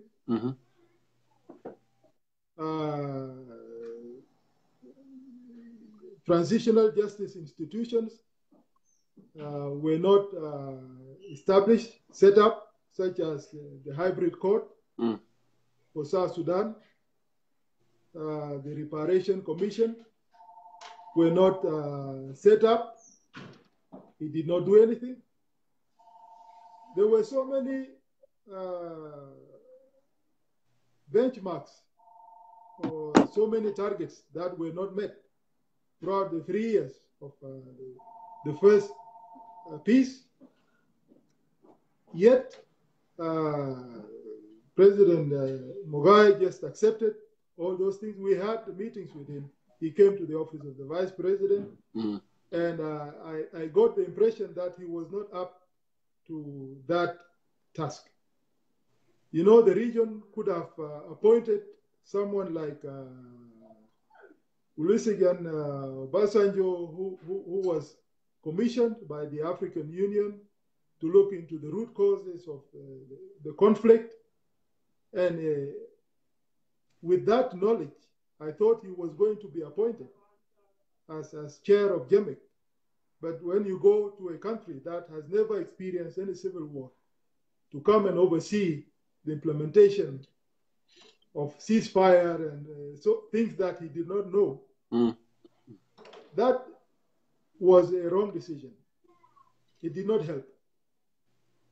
The other partners, such as the UN, did not meet the expectations that come out of the capacities they have. Huge capacity, 16,000 strong in South Sudan. Blue helmets. Over $1 billion to UNMISS. And they work together with other specialized UN agencies, UNDP, UNHCR, ICRC, and so many others. The expectation was that all that capacity could have helped in at least ensuring that that peace was going to hold. But that did not happen. There was no also goodwill within. There was no goodwill in the government to implement it. And in fact, the president made it clear that this time, this peace is going to hold, unlike the other one, which we did not accept. Now, now, do we have any hope? Do you have any hope that the direction is going to change? We're going to be stable, and they will be able to reach out for those who are still outside, so the country can move forward? You know, there is no life without hope. South Sudan and South Sudanese have overcome different challenges throughout our history.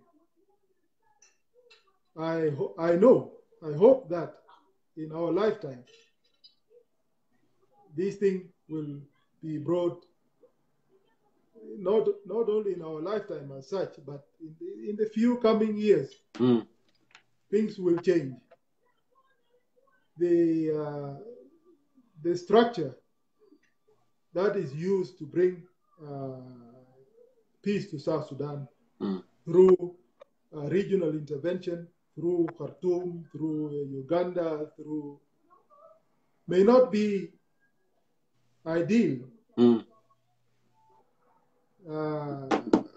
But this is what we have. This is what we have. The two countries were fighting proxy wars in South Sudan. When the fighting erupted in 2013, Sudan was involved and Uganda was involved, each on one side or another. Yes. Sudan was involved on the side of its old militias who are now creating havoc in the country, and Uganda decided to side with the government. The SPLA. It's because it has always stood with the SPLA throughout the liberation struggle. I hope that they have realized that without peace in South Sudan, the fire will reach them. And I hope that they're genuine in regard to helping South Sudan recover. And I hope also that the current capacity that the international community has in South Sudan is actually harmonized.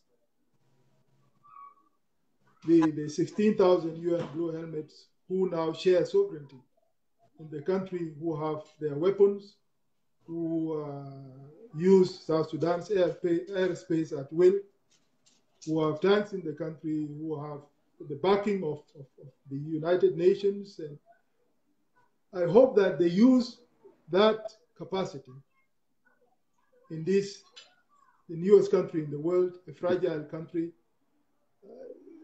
to ensure that there is genuine peace, to ensure that the peace, the ceasefire holds, to ensure that refugees come back and settle in their villages and provide them with necessities of settlement. UNHCR is there. So many other organizations are there. They can help in the first months when our people are coming back to their villages to settle, to provide them with the basics. And then they pick up. Our country is fertile. They can go back to their farms. They need just a push, a small push, by all that are involved, those who are involved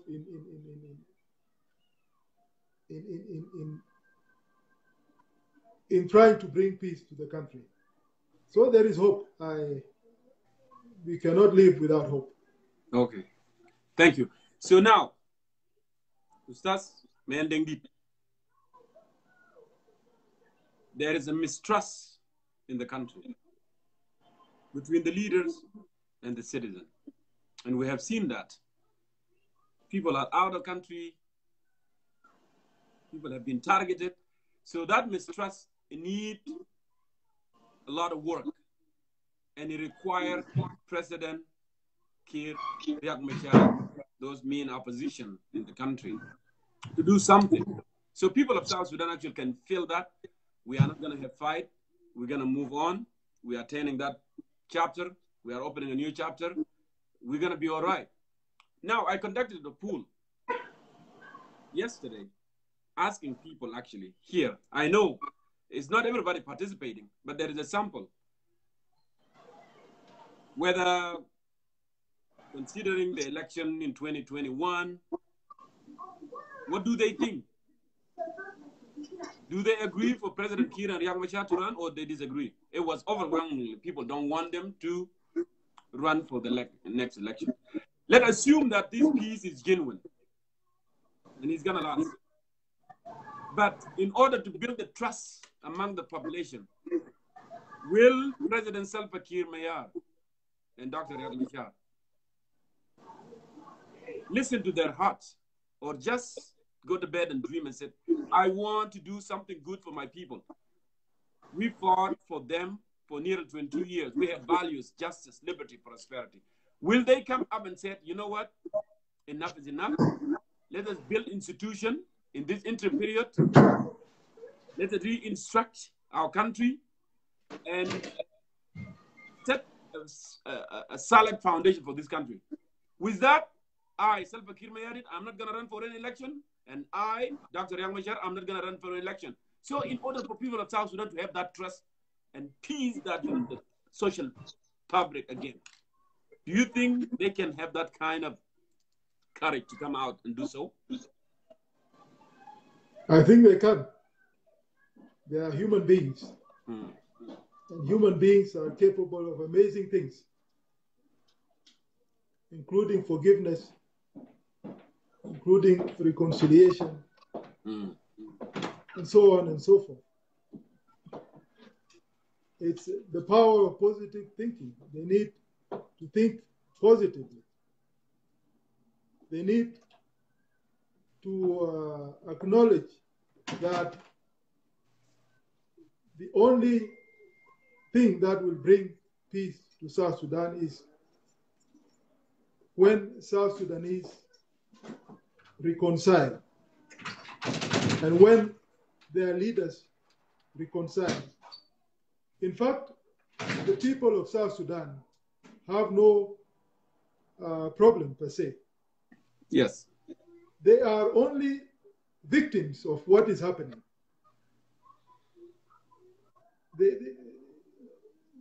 They are not party to the chaos.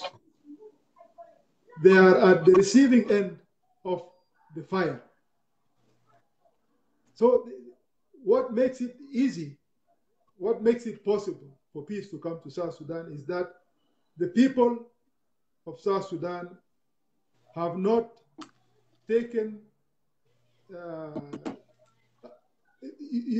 you know what is happening in South Sudan cannot be compared to what happened in Rwanda when civilians took machetes and moved from neighbor to neighbor. And no, civilians have never participated in aggression against other civilians in the country. Only armed forces have committed these heinous crimes and atrocities against civilians.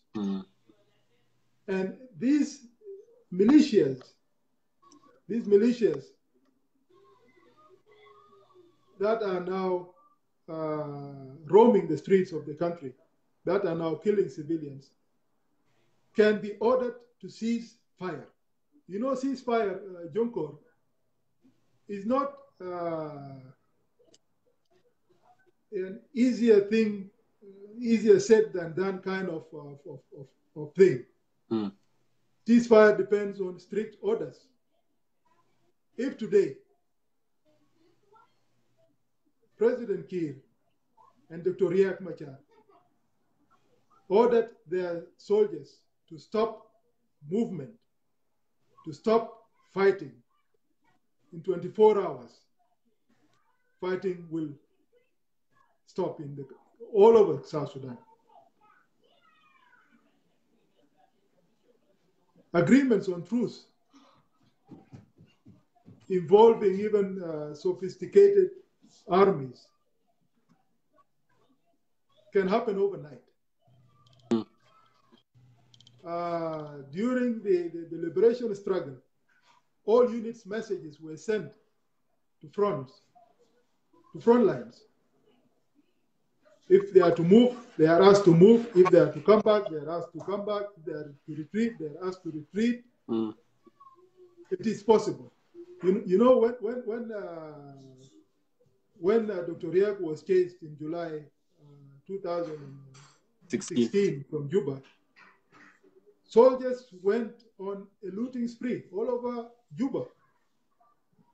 Juba market, I mean Jebel market, which was a vibrant market, was completely looted. All. They were like army worms, or they were moving from one market to another, looting. But when General Malone gave them orders, it took hours for these soldiers to retreat to their barracks. It took hours. This can happen all over the country. It only takes courage, it takes commitment. If Dr. Riek and President Kiir follow on their rhetoric, follow on what they say. They have always said good things about ceasefire, but if they follow on what they say, they walk the talk, as they say. If only they decide to do that, in 48 hours, there will be ceasefire all over the country. Humanitarian aid will reach those who are in need, those who are suffering in the swamps, in Upper Nile state, in the thousands. Humanitarian aid will reach them. But, I mean, the issue is if only they have that will.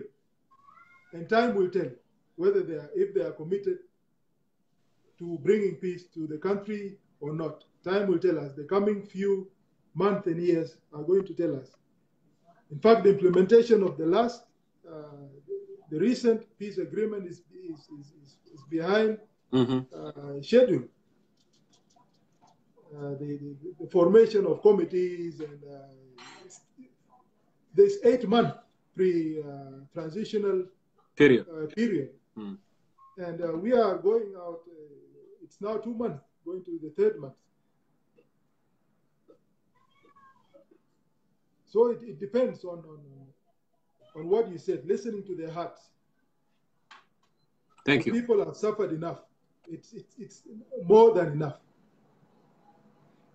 Thank you. Many generations have been born in war, and we are going to lose the whole country to militias if this thing is not reversed today.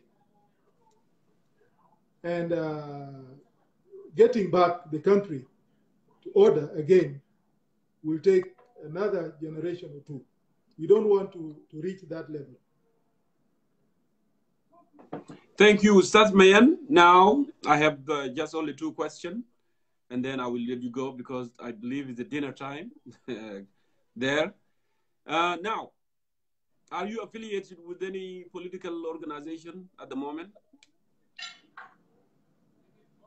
No, I'm not affiliated with any political organization, and I don't want to be affiliated with any political organization.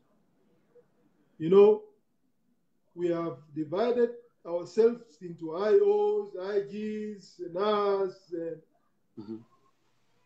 as if these have become our tribes. These have become our identities. And our loyalty to these entities has become very radical. Yes. We don't want that. We need to look at ourselves as South Sudanese. We need to interact as South Sudanese again. We need to go back to those days when we did not know, we did not call ourselves IO or IG, or because the war is not ours. The war is a political contestation over power. And those who are going to get those political positions and seats, I hope this time they will deliver to the people. So I'm not affiliated to anybody, and I don't want to be affiliated to anybody. I want to live as a South Sudanese citizen, a free citizen. Affiliation takes away your freedom. Affiliation makes you partisan. That's right. That's right. With that, Ustaz Mayen Dengdit, I would want you to say the last word. And I understand that you are here in the United States. What are you doing? I just wanted to get, sense what are you doing now? And last word from you, and then we will conclude from there. Well, I came to the U.S. I was here for 2 years before. I went to Joseph Corbell School of International Studies. I did my master's there. I'm back, and I'm currently thinking about the future. I'm thinking about whether to apply for PhD, go back to school, get a job. There's no clarity about at the moment. There's no clarity. But the second part, which is my message to our people, is that there's the UNESCO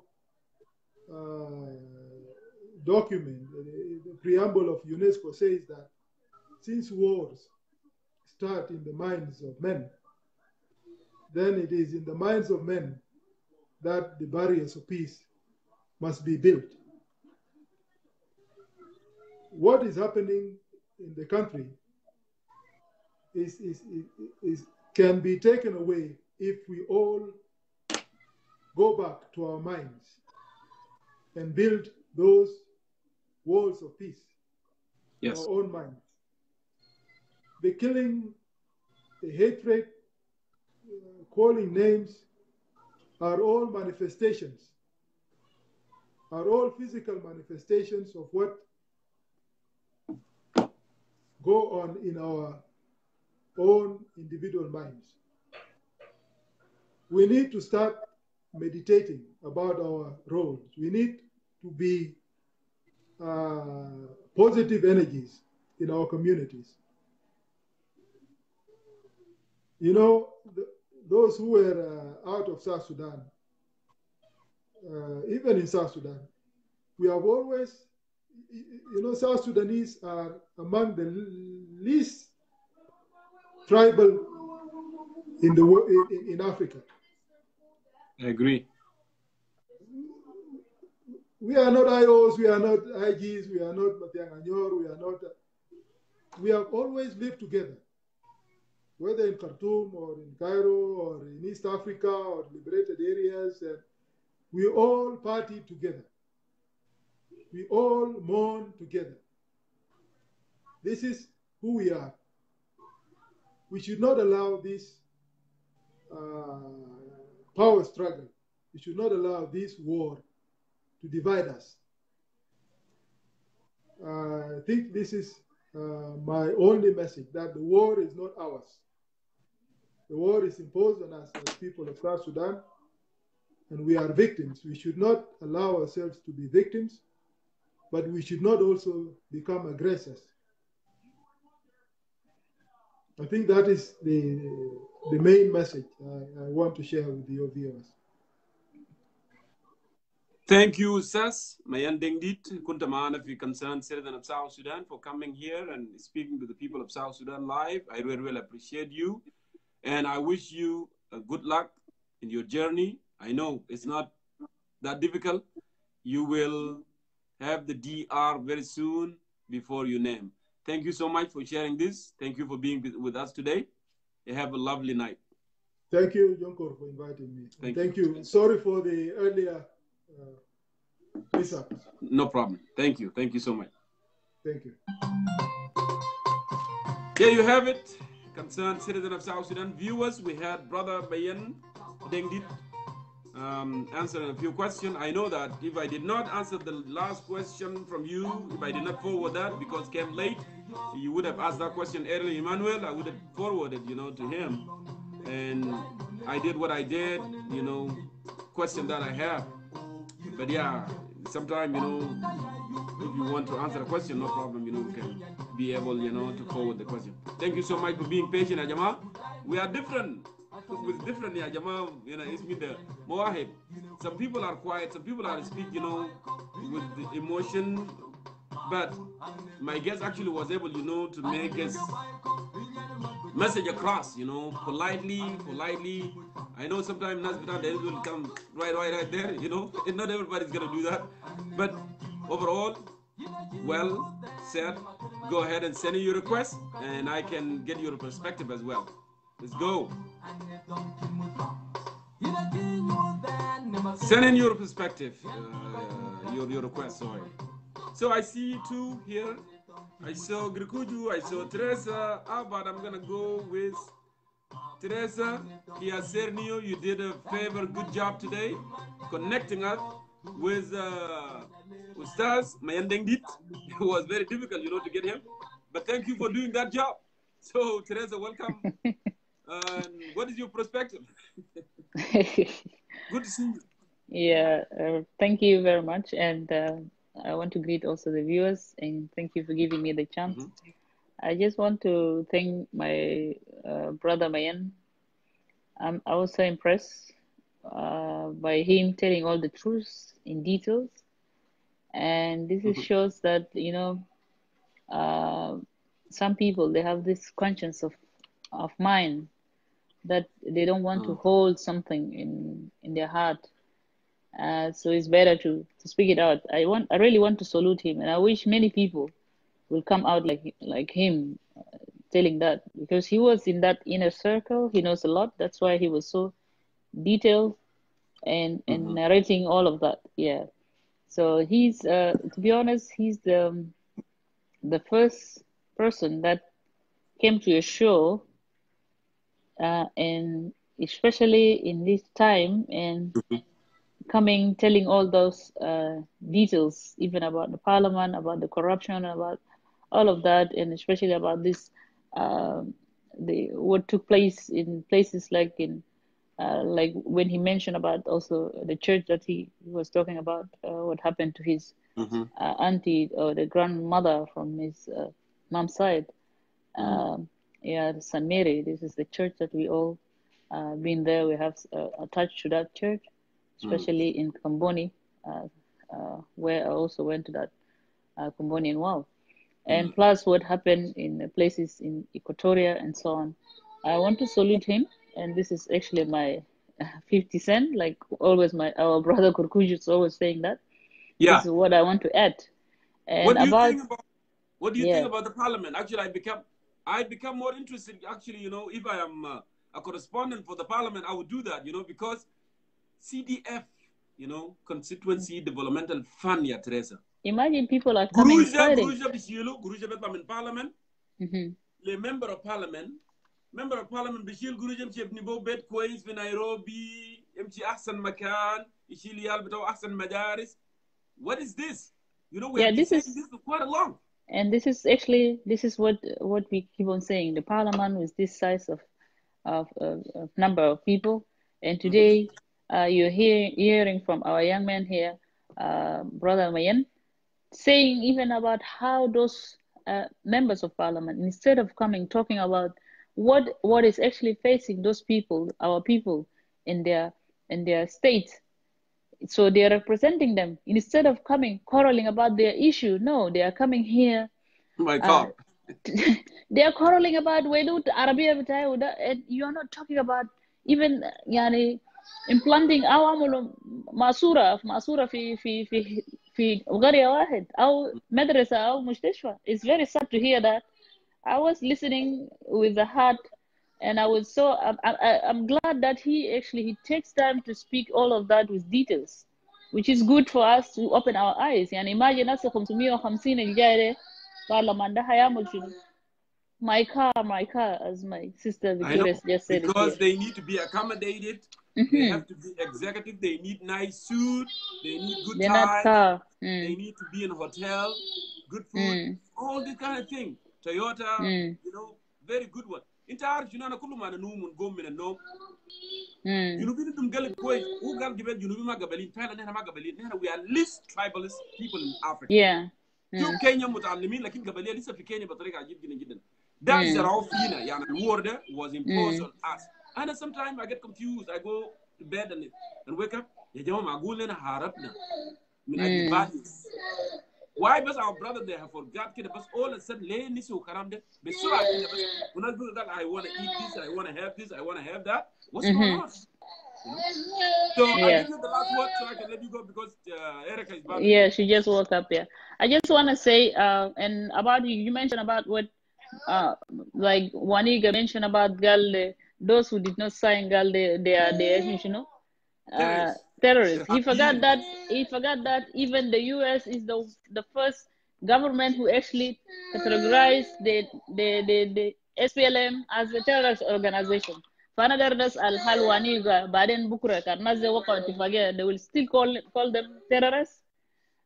This is just for frustration. I can see that there is a competition between them. تاباندين ومنو لسه الخمسة النفر الجايين ده زاد وانيجا يزول داري يزهر عضلاته لكن ده ما موضوعنا وأنا بشكر أخونا مين. And I also thank him that because he said he want to thank me before I helped him for connecting the online. There حاجة عادي we can always do that. The shokol Be, bitana na magzo. be ambassador, please, for that. Okay. Yeah, we keep it. All right. Okay. Thank you, God Teresa. bless You you. have a good God night. bless. Okay. Let God me go bless ahead you. here and call other South Sudanese. Yes. See here. Ya Jamal, sending your request. And then we move on from here. Shukran, Teresa. Shukran, Jazila. So, who is else? Who next? Let me go ahead and check here. Ya Jamal, send in your request. Send in your request. Send in your request.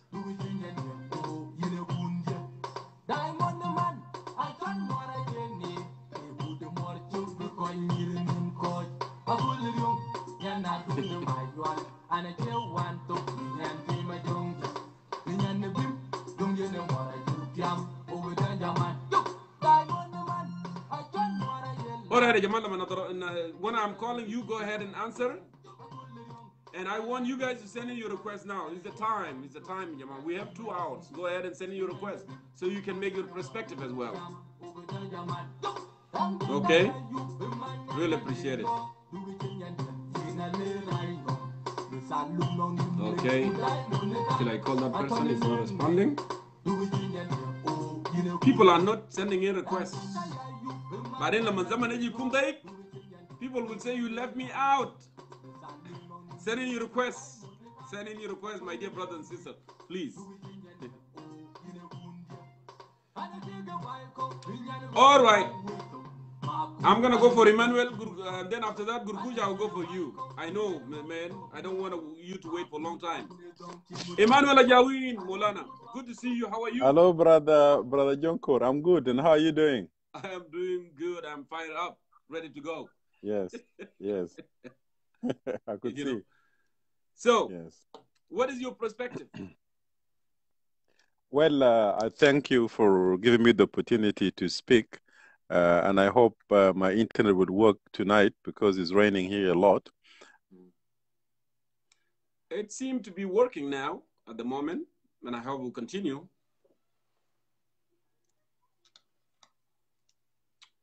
We have that problem again, Emmanuel. So I don't know. You need to be in Galaxy. So it seemed like it froze there. Emmanuel has some issue. How about I'm gonna go for Kurkuju, and then I'm gonna go. I saw you there, Jacob Blado as well, and I'm gonna go for Kurkuju at the moment. And then if you are ready, Emmanuel, and then I'll bring you in. Go ahead and refresh that. Hey, good to see you, Kurkuju. It was a long day. The guy speaks slow, but he knows how to do it. Good to see you too, and thank you. No problem. So go ahead with your perspective now. Special greeting to you for making your show very interactive and very attractive. That is why we must be present so that to listen and to learn. And special greeting to the viewer. Those are 100+ who are sitting patiently there and trying to understand what is happening in our country. And also very special thanks and appreciation to this young man, David, who is happened to be my nephew as well. Surprise, surprise. Yes, I'm his uncle. So, and he did a fantastic job, and want to secure this opportunity and to send a special message to my brothers.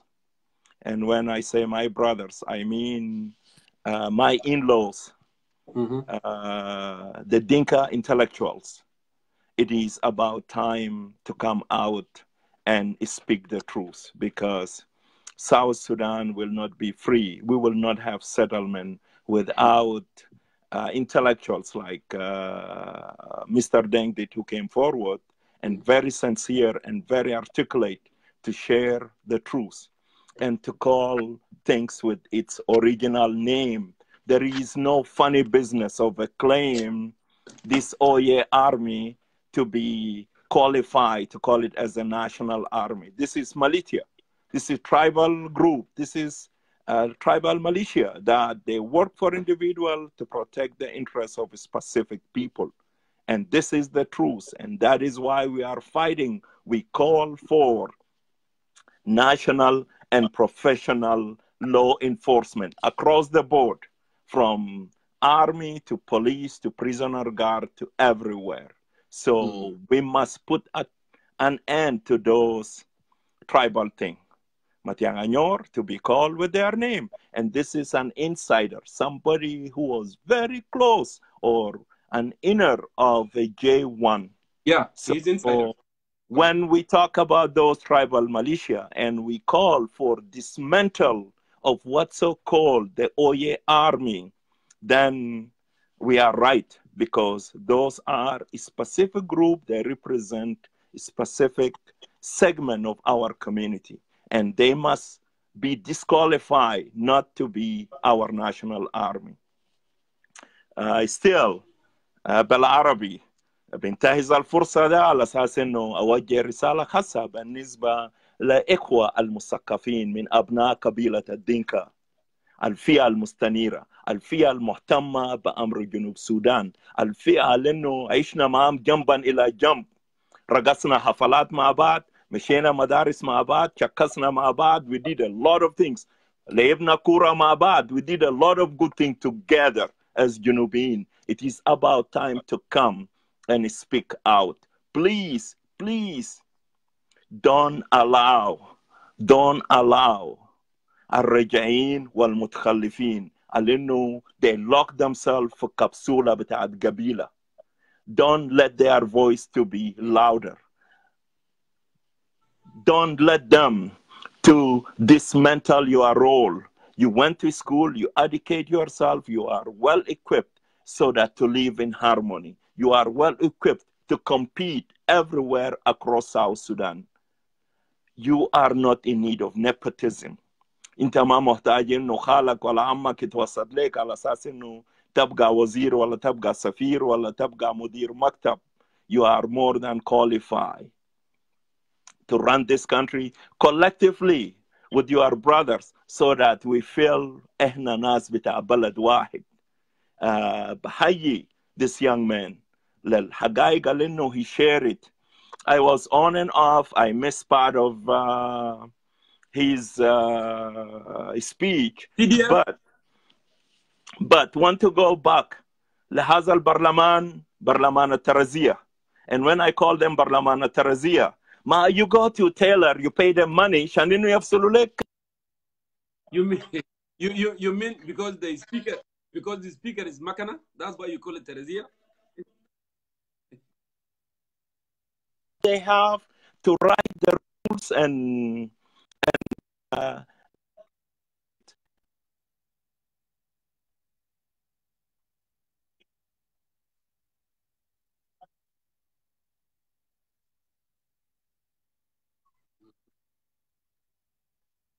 when Salva Kiir decide to override the peace agreement, يكون 28 ولاية overnight. They gave their blessing. So many things is done accordingly. So they were being paid. They are not representing the people. They don't carry the message of their constituency. They carry the message of their own. لما يتفولون, they do it accordingly to whoever is paying them. So هم ما بقى شعب جنوب السودان.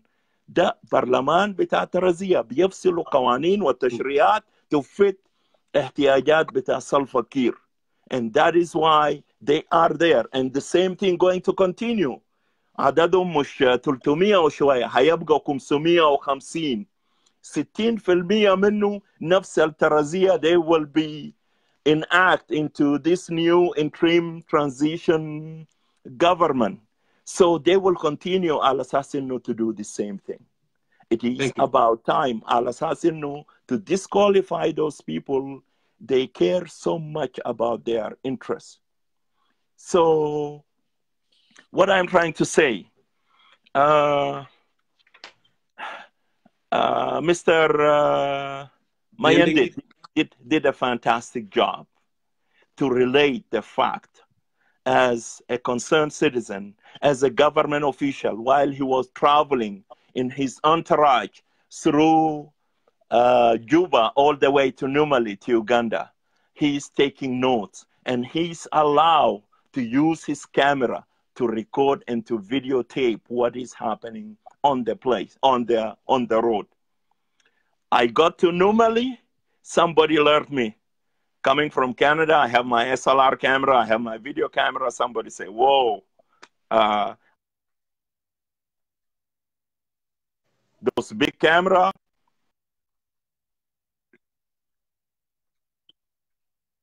Down. If you have a small, tiny little camera, you can take a snapshot. But when you show a camera with a zoom, you will be in trouble. I witnessed the same thing. Drove all the way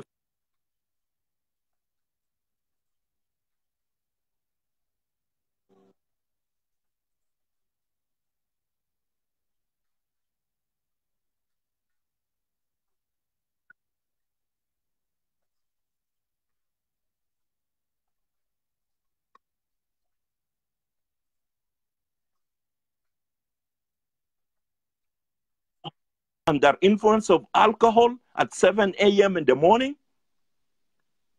Sakran, the watch bita Junub Sudan. When you compare it with the Ugandan side, everybody look professional. They conduct themselves very well. This is my first impression. Fi hawali 90 checkpoint from Numali by the time you get to Juba. Everybody's asking you, everybody want to inspect your paper, to search your luggages.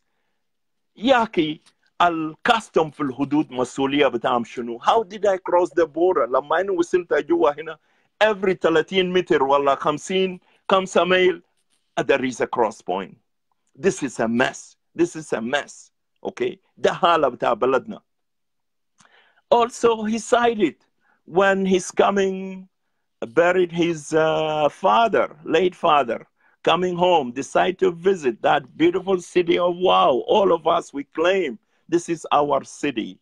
And he witnessed what happened with his maternal grandmother. The ihsas bita zol hay, ihsas bita muatin hay. How am I part of this government? I am closer to J1. I am a member who side to side with the vice president. And my own people from my mother's side are suffering, being abused, being used by the same government. No. That's why he made his wake-up call. He cannot be silent. And also, that was a great message for our people. You see, the benefit of this intermarriage, because this boy is half Dinka. He's a proud Dinka boy. And also, he did not neglect his mother's side from Dogo. Okay? He felt it both ways. How my father's side are abusing the relative of my mother from her side. This is a great benefit because this is his feeling. And I share him the same feeling here because I am a proud Fritit. But my in-laws are Dinkas. My kids are half Dinka, half Fritit. My son, my daughter will have the same feeling. But when we speak the truth, people go and call us name. Oh, you are a Dinka haters. Whatever. You can call me whatever, but you cannot override the truth. And I thank Mr. Mayen for coming up and sharing his pain. He was upset because he have seen his family member from his mother's side, the same government. And it is across South Sudan, not in Wow only. It is happening in Nasser area. It is happening in Malakal. It is happening in so many places. We need to wake up. We need to pull ourselves together as Junubin. Because as he said it, I witnessed him in Cairo when they decide to make the decision of going to the front line as a young man. Life was beautiful in Cairo that time. People are partying, people are having fun, enjoying life. But he decided to give up everything so that to go and to be a freedom fighter. He went and he fought, and he was a true testimony. He witnessed it all as a soldier. He was in Central Equatoria. He was in other people's land, and he witnessed it. He can bring those facts. And that is why I keep asking our brother who claim al-assasinu hararnakum. Okay, I keep asking them, when you are in Yei, when you are in Tombura, into Makal to Bafra bita Zande people, Makal to Mashiriptung Bangara bita Zande, Makal to Gidat bita Latuka, bita Muru, bita Bari. How did you support yourself? Who was providing you with the intelligence information that Jalaba is moving in this direction? Are the citizen. And that analogy of the relationship between a fish and a water, it is 100% accurate. So it is the same people that we live side to side with them, we support them. Even we don't have enough courage, al-Assassino, to fight. But they came and claimed that al-Assassino hararnakum. You know, thank you. We should not forget history. Yes. 100%. What I'm trying to say, he concluded very well with this broken social fabric. This broken social fabric, this is where our politics should start, because it is social politics. So politics start from home. We have to fix our own home first. We have socially to build, to rebuild what Oye government have destroyed. We have to start with it. We have to go back to those stories, those beautiful days, great days when Junubin used to be one. And from here, we can take it to the next level. I don't have to support Jongkor today because I am a Malwal guy. I don't have to support Riek Machar because I am a Nuer guy. I don't have to support Thomas Rilo because I am a Bari guy. We need to support idea and also to look for a solution, what will bring us as South Sudanese together. Thank you very much for giving me the opportunity to throw in my 1 cent. Keep up the great work. Let them call you whatever they want to call you, because tomorrow they are going to call you, your show now become NAS, because Fraser was there and I came right away, and I know this is going to come up, but trust yourself and do what you believe in. This is what I will conclude with. God bless you. Keep the beautiful smile on, brother. Thank you. Thank you. Thank you, Kurkuju. It was good Bye-bye. to you and hear your perspective as well. Let me go ahead and get the next speakers here. Go ahead and send in your requests, my dear brothers and sisters.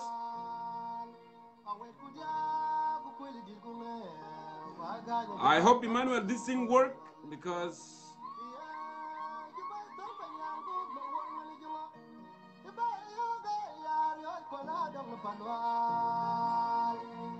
send in your requests, Jamal. Send in your requests. Pal, I saw you there, but let me go ahead. Emmanuel was cut off. But let me bring Emmanuel, and then Pal, and then others. You guys need to send in your requests right now. Emmanuel, I'm calling you now. Hello, Jongkor. Good. Hopefully it's gonna work. Fine this time. Yeah, it's raining a lot here, so it's raining all day. It's freezing too. So the weather is crazy. Yeah. So go ahead, Emmanuel. Well, I was just trying to say earlier, thank you for having me here and giving me the opportunity to speak. But also, I thank our brother Mayen Dengdit for his honest, substantive presentation. Jongkor, is not a lot of people that do stick on principles. Yes. And for someone to reach to that conclusion after having worked with the government and after also having sacrificed his youth in the war of liberation is not something easy. And I really congratulate him for this heroic and this revolutionary stand. And this is when you can determine people by their character and what they stand for. He spoke in length, of course, and we know nothing much is new in terms of the political, economic, and social ills that are taking place in our country. Correct. We know very well that the government since 2005, it has been hijacked by a very small bourgeoisie clique, around President Kiir. And our country, from a country where we all had high expectations, high hopes, and high aspirations for a better South Sudan, was dashed. When our country became independent, Jongkor and some of us had the privilege. I was me and a couple of my colleagues who were sent to open our permanent mission in New York in 2012, especially after the incident of Igga. When we went to the UN, you would not believe the amount of excitement and euphoria among the international community. You know, people were very enthusiastic. They were asking us, how do you want us to help you? So Sudan was a new kid on the block. You know, South Sudan was a country, when you walk on the corridors of UN, you feel proud to have been a South Sudanese. The pride that we had as a people is stemmed from our consistent historical revolution, the War of Revolution. Not only in 1955, our war for independence and for dignity, it started since the entrance of the so-called the Turks into Sudan in 1820. The creation of modern Sudan in 1820, South Sudanese, especially those of us on the northern borders of North Barghazal and northern Upper Nile, we have never seen peace. Our ancestors, from the beginning, you call it Jurmatiang, well, we call it we also call it Abweng. You know, we fought them, you know, in our folklores, in our songs, in our history. Is a history of resistance against the foreign invaders. The Turks could not defeat us. The Arabs came, we resisted them. The Mahdi, you know, and those of and those before them, like Ahmed al-Khair, the slave traders. But what I'm trying to say is the opportunity for South Sudanese to coexist peacefully has been squandered and has been destroyed by none other than the SPLM political party that is now being led by Salva Kiir in Juba. And this is not the SPLM that really fought the war. The new people you have now, these are Mu'tamar Watani, who have infiltrated our historic movement, and they have taken power. The solutions, of course, to problems in our country is first, our leaders, they must develop a program of national unity. Because, Jongkor, if you look now, in reality, you know, the fabric of our society has completely been shattered. You know, South Sudanese used to live peacefully. You know, we coexisted peacefully as tribes. You know, we knew our borders. Nobody intervened in someone's border. You know, we knew the hospitalities, for example, of the Nuers. You know, Nuer was the only tribe in South Sudan where you could go and reside among them, and they could even elect you chief. It doesn't matter which tribe you come from, as long as you live with the Nuers, you speak their language, you know. We had many stories, you know. For the first time in history of South Sudan, in Rumbek, you know, there was a Shuluk MP elected as an MP in Rumbek, a Shuluk man with Tabur Betaw Faraz, you know, elected in Rumbek to represent Rumbek in the National Assembly in Juba, you know. This is the South Sudan that we used to know. The Rumbek Secondary School, Atar, Juba, and all these places, you know, produced South Sudanese and cemented our nationalism. The government now we have in Juba has failed to create a nationalism among South Sudanese. The government has become very divisive through the so-called the division of South Sudan into tribal enclaves or Bantus, you know, pitting tribes against tribes. The only way that we could overcome this convoluted political, social, and political and economical crisis in our country is to have a conscious leadership that is nationalistic in composition and in character and in its own feelings. That look, our country has suffered. How do we bridge this broken social fabric? It can only be bridged through having a democratic atmosphere where political discourse does not amount to treason, where people could express their opinion, where we could also allow, you know, our women, our different youth, you know, to participate effectively in the running and in decision making of our country. But what we have now is a country that has been destroyed through a systematic corruption, condoned from the leadership on top to bottom. South Sudan now is known as almost 71 out of 175 most corrupt country in the world. That is not a good name. We are always number one in bad names. When it comes to human rights violations, South Sudan is one of the number one. When it comes to whatever that is bad, South Sudan is ranking number one. It is a country now that nobody is proud of. 2.5 million of our people has voted with their feet against their government, and they are now in the refugee camps in different countries. Internally, our people are in the UN camps, and this is a problem that has been created by the SPLM leadership. When they come and apologize to us in the front of the international community, this is not their first apology, okay? This is actually the third apologies, وعرب they say ظن خطأ من ظن يوما بنقول صعب الدين ديل ما عندهم دين الصوالب ديل كل مرة يجوا بعيونه يبكوا والله إنهم متأسفين لكن at the same time tomorrow they will still cause the problem. So I thank our brother for what he has articulated. He has expressed a very good point. He has revealed a lot of things, the extent of corruption in our country. And this is brave from him, to say that, the leadership has not really rose to the level of responsibility that they could take our country to where we are. But we're still hopeful that our people, South Sudanese, are resilient. If we have good leadership, the tribalism that is existing in the country now, I'm sure it could be managed. It could disappear. Our people has fought one on side by side, be it from Anyanya 1, be it to SPLM, handak by handak. We all fought. Ma fi gabila fi junub ma shakal.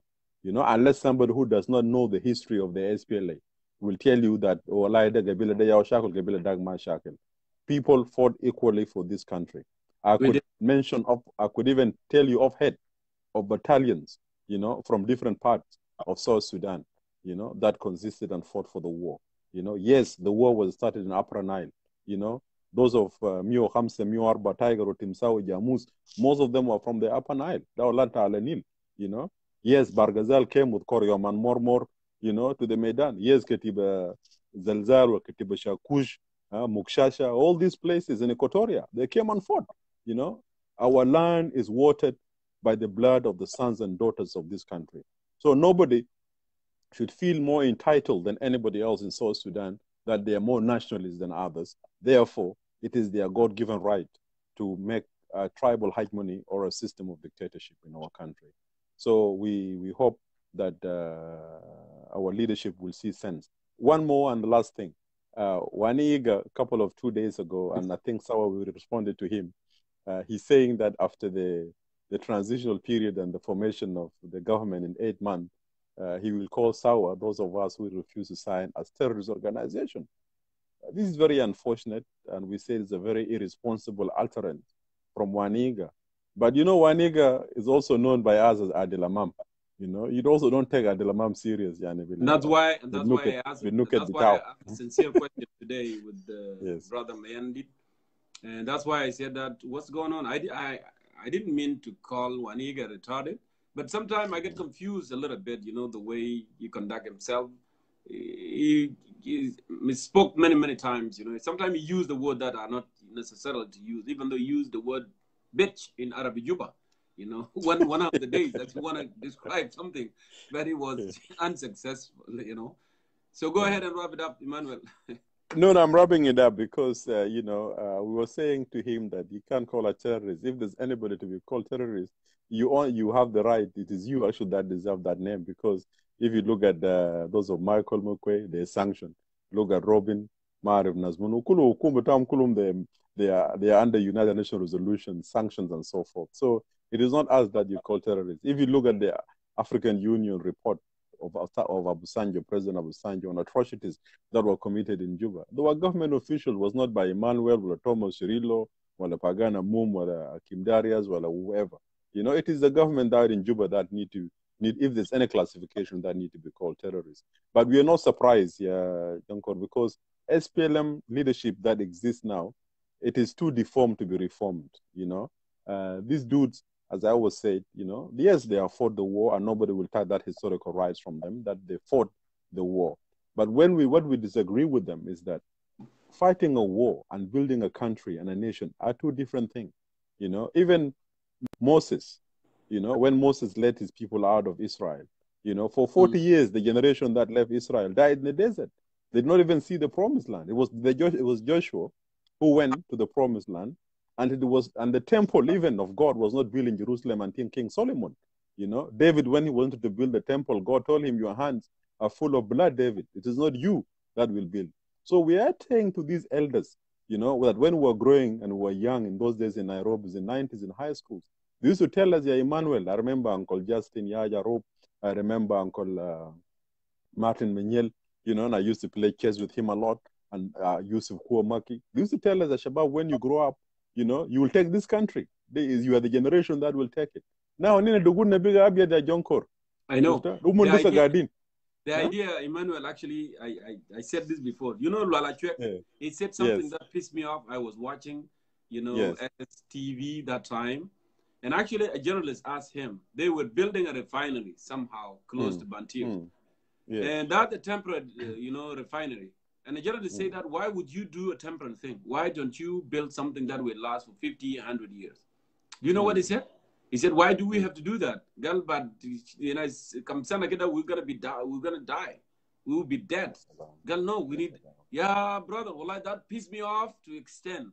You just want to build something for you, but their generation, your children of your children. So now when I go to work and work overtime, I know Christmas is coming, a lot of things are coming. I want to buy clothes for my children. I want to do more. I want to go vacation.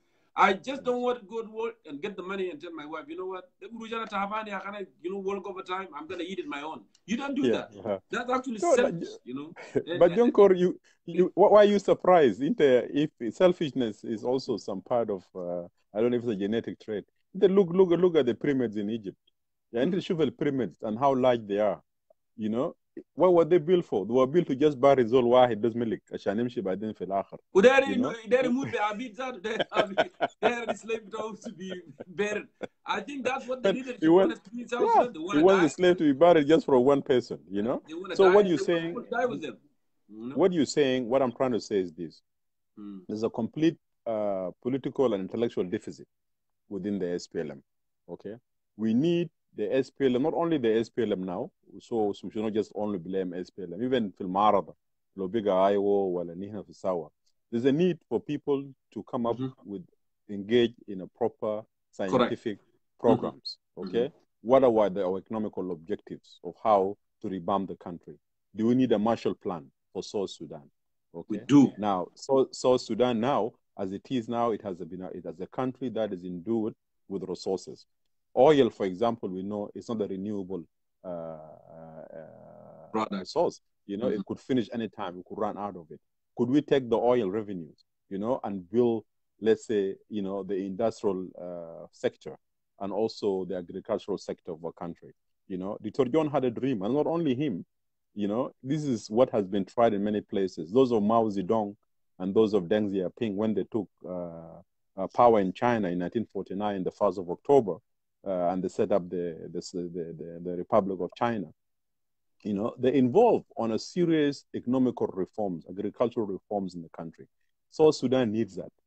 With our few population we have, I'm quite confident, Brother Jongkor, with a proper accountability, we not only be able to feed our people and have food security, but South Sudan should even have social security and income support, to help those who are out of work. We have the money to do that.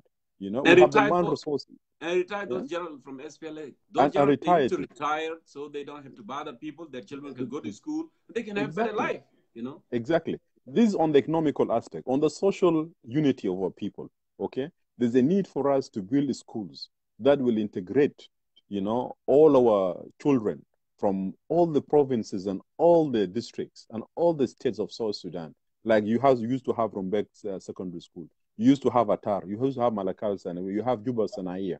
okay, Jubatek, you know. These are the schools that we need to reactivate, okay, to encourage nationalism, to encourage mixing of our people, you know. This Bantuism of division and South Sudan into enclaves, you are actually cementing tribalism in the country. Not only tribalism you're cementing, you know, you are creating hatred among people in South Sudan. Yared that Emmanuel Lofi, tribal. That's why I don't even call it tribal. And what happened is interest. Interest groups are there just to benefit themselves. Lana has a soul that he belongs to a certain tribe, but he's not going to do anything to his own tribe. If you go to their home, you will see it's empty. You know, somebody was telling me, for example, if you go to even to Bargazal, you know, even you go to your hometown, go to Awanzatu, Mafi Haja Fogo. You will get nothing. Like these guys will tell you, well, like Jing Council of Elder, you know, we think this is good for South Sudan. But as you say, these are opportunistic groups, you know, within the Dinkas who are using the name of the Dinka for their own benefit, you know. El Denkel fil Ghura now Hassi, how are they benefiting from Hukum Takir? You know, it is, yes, true. There are few Dinkas who are opportunistic, who are around Salva Kiir, are benefiting. That's true. That's the reality. But are the majority of the Dinka benefiting from Kiir? Of course not. If you go to Denka Ptana of Talanil, they go to Pariang, go to Panaru, and go to others. The oil now, exploitation and the oil industry is creating a lot of pollution. People are dying there. You know, people are getting sick. Who is talking about them? Yeah? Who's the Kalamanum and Nasdel? Okay. For what we're saying, yes, the Jing Council of Elders has defamed the name of the Dinka as a tribe. And yes, there are a few government officials that are there supporting these tribalistic, fascistic ideas. And they need to be condemned. You know, that's why I feel, you know, proud when our brother Mayen Dengdit comes out as an intellectual to be able to say that, you know, the Nazmatianga Nyor and Nazpolina Matib Jabu and professional people to be in the army. This is what we want to hear. This is how we can build our country. And in conclusion, I want to say this. William Wilberforce was from a place called Hull in northeast Britain. Okay, he was a man who advocated, you know, for the abolition of slavery. You know, he was a white man, you know, but he did not like what the whites were doing to the black people, and he spoke his mind. These are the men now that have the ornaments, they have monuments, you know, in their names. They are the men now, their names continue in the history books because they stood with the right of the people. So we are saying, like, the intellectuals like Mayen who are coming Dengdit and speaking their mind, this is what we want. We want more of our brothers in Dinka who are nationalistic and sisters, you know, to come and speak out, because this country belongs to all of us. The beauty of South Sudan, it is on our tribal base. You know, when you listen to the music of Balanda, when you listen to music of Faratid, when you listen to music of Zandi, when you listen to music of Denka, Denga Nyai, for example, or John Kodusi, you listen to music of Shulu Gaviana, you know, you listen to music of Nuer, you listen to whatever, you feel the beauty of the country. You know, this is a country we want to build as a new generation. So we are telling some of our young colleagues and the youth who are after these fascistic ideas and this tribal hegemony. There is no single tribe in South Sudan that will have absolute hegemony in our country. It would never happen. Lano mafi gabila for Junub Bissau 50+1 in South Sudan. Mafi. Yes, Denka as a tribe is the largest ethnic group. There's no doubt about it. But Denka does not form majority or 50+1%. When you talk about majority mathematically, you're talking about 50+1. Okay? Mafi gabila 50+1 for Junub Sudan. Maanao nihina muhtajin lilbab ka Junubin. Okay, all the 64 tribes in South Sudan, we must build our country. When everybody give hatab bitawda, we can build Junub and we'll be proud of that country. So this is the message we want to send to our people. Thank you, Jongkor. Thank you so much, Emmanuel, you know, for staying late there in London. Please, you know, warm yourself. I know it's cold. It's cold. You see, I'm wearing jumper here. It's too cold. Yeah. All right. You have a good night. Thank you and good luck. Bye-bye. No problem.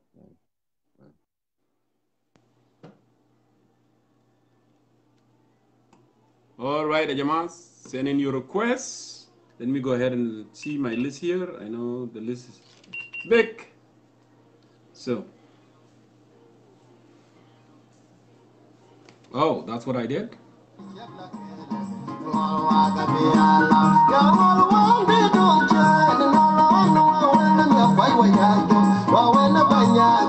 Joseph Barach.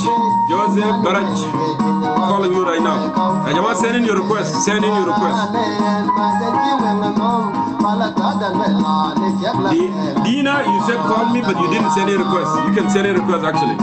Anyone, send in your request. Anyone is welcome.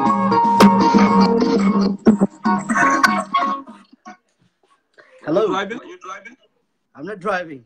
Okay, now I'm going to log you off. We're going to have to do it again because the quality of the voice is not good because we don't want to repeat ourselves. Send in again, Barach. Please, send in again. So let me go ahead here with Pal. Pal, I'm calling you right now. Go ahead and answer that.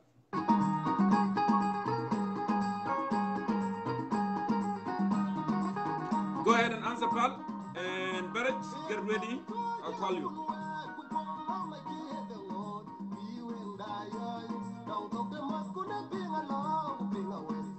Pal Goodwin, I'm calling you. So Pal is not answering. Maybe he has some issue with the internet. Okay, you decline. You should not send in a request if you don't want to speak.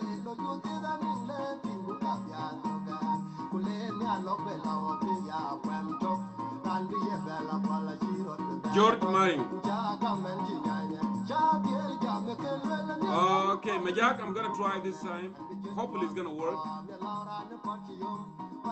Majak, I'm calling you.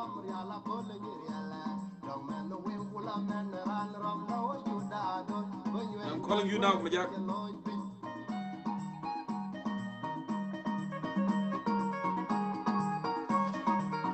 Majak, always you have issue with internet.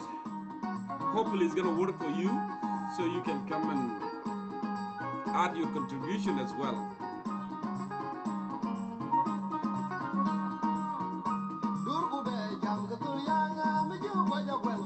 So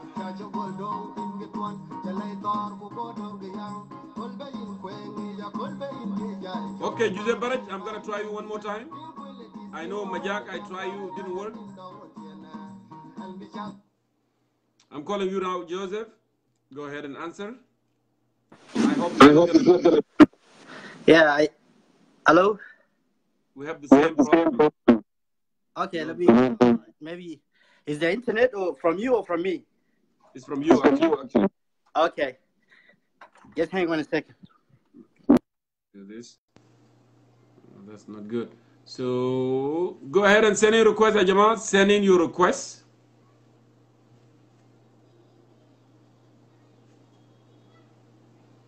Okay, how about I go with Jacob Lado. I'm calling you right now, Jacob Lado. Go ahead and answer that.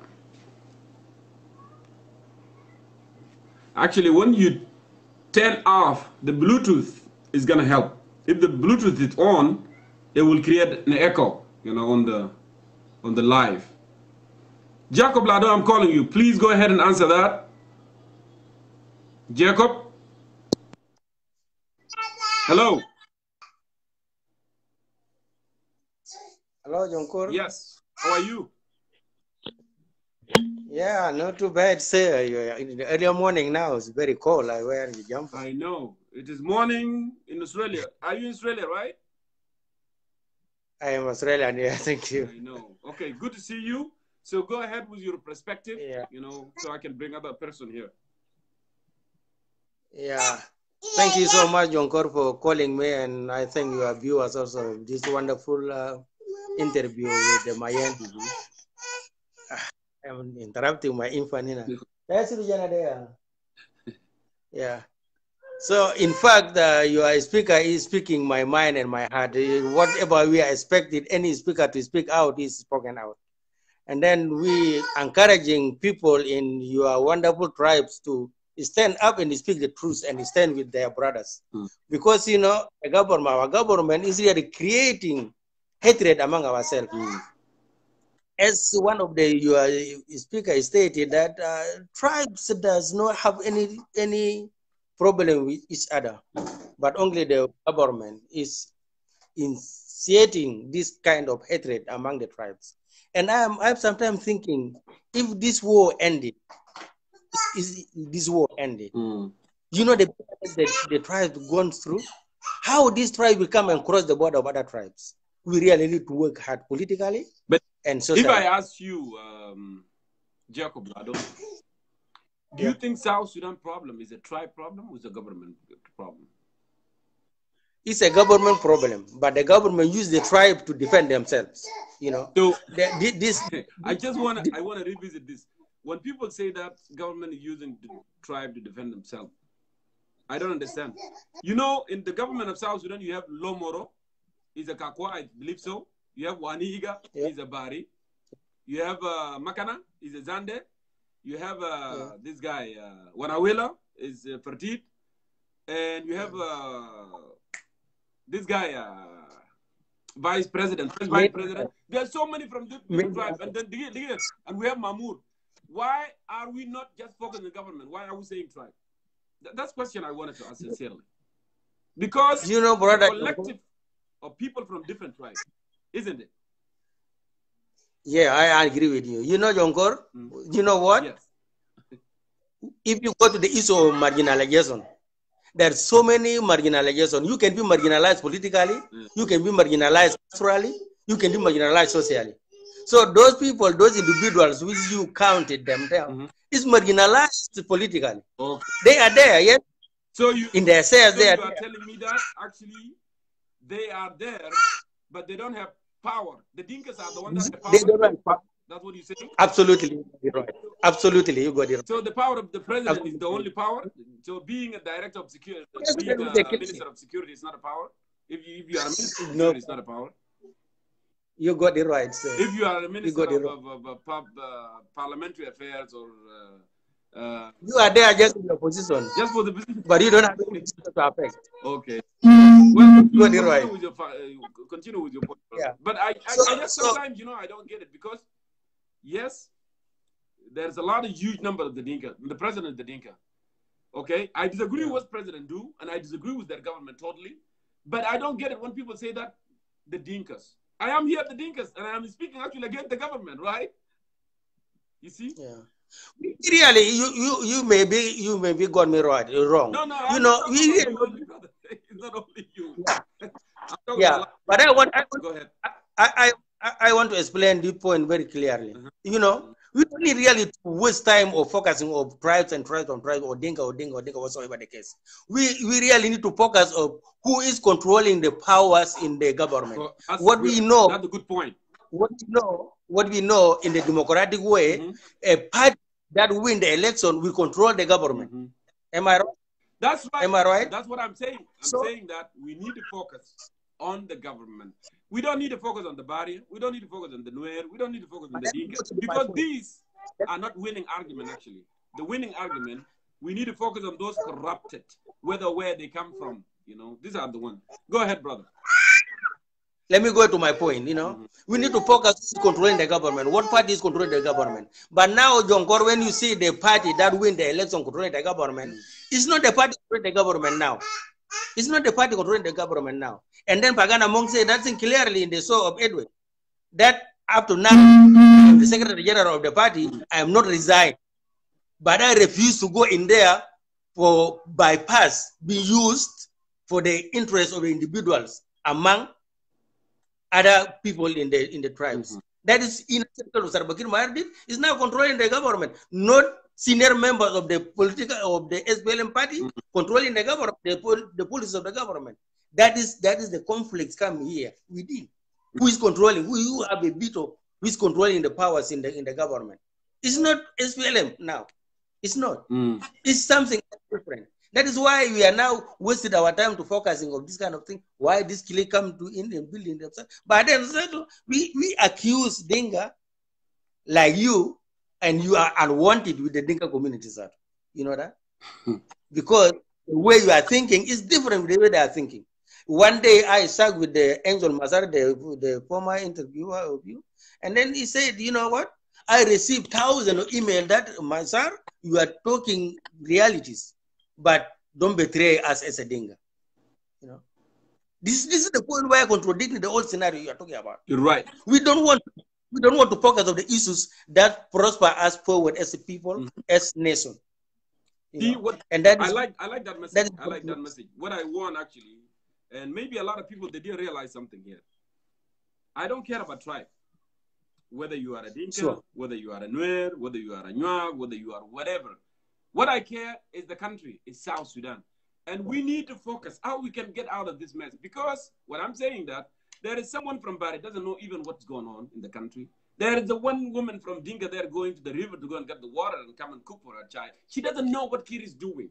So by generalizing, actually saying that, oh, the Dinkas are the problem, that actually affected me and affected someone who has nothing to do with politics. That's why I said, let us focus in the government. Yes, the government is using, you know, they are using people, you know, to promote their agenda. But if you see, even though people they are using, they did not do anything to them in their villages. If you go to their villages, nothing, it's zero.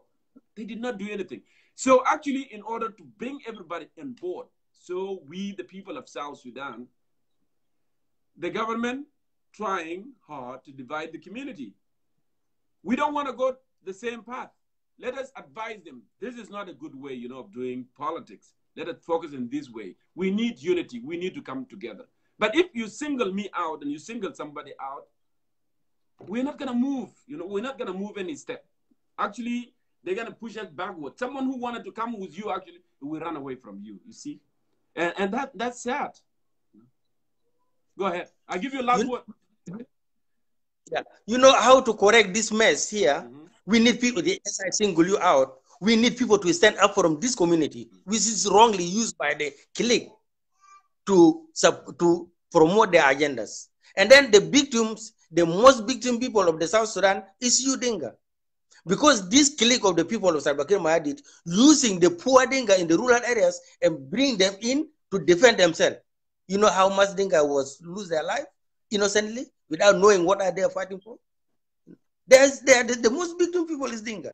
But we need people who are intellectual Dinka like Mayen. Is now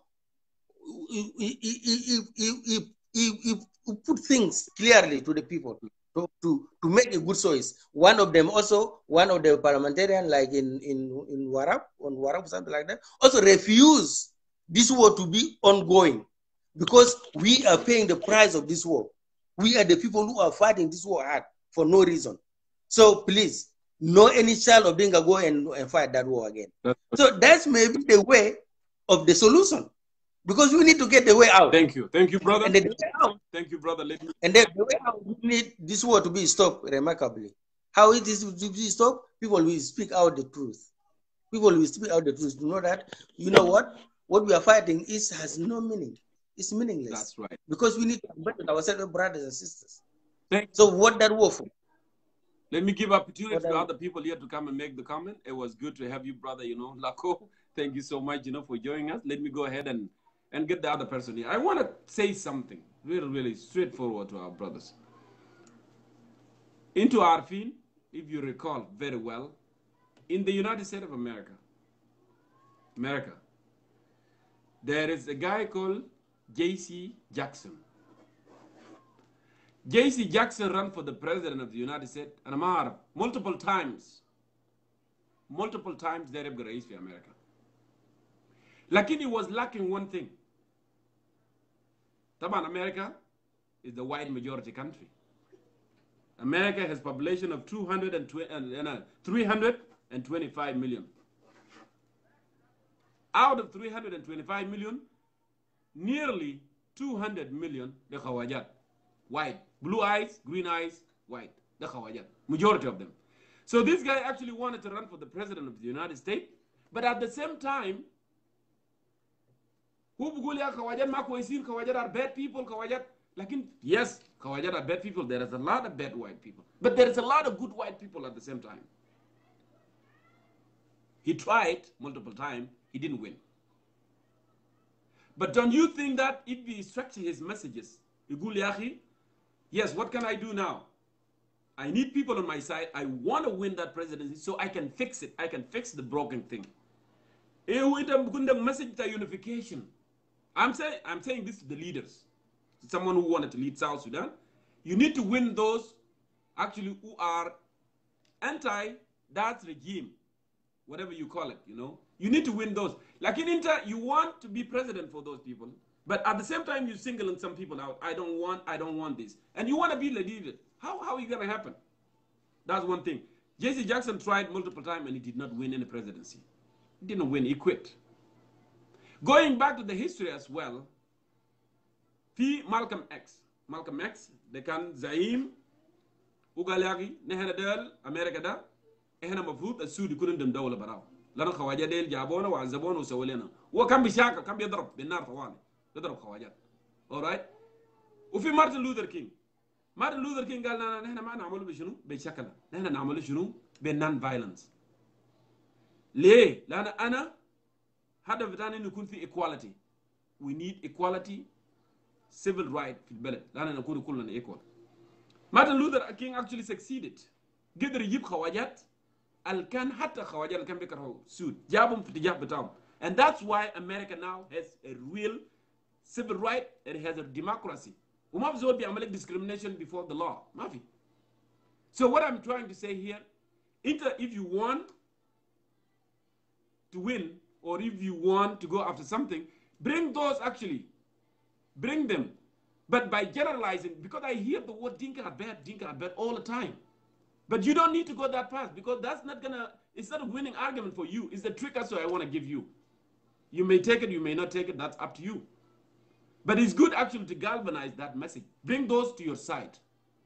I have no interest of being tribalist because South Sudan is greater than anything else. It doesn't matter you my brother. That's what I care. Okay? So Anna Dedek Masalta Jesse Jackson did not win. Martin Luther King is the one that won civil rights. Malcolm X Fini end up Katalo.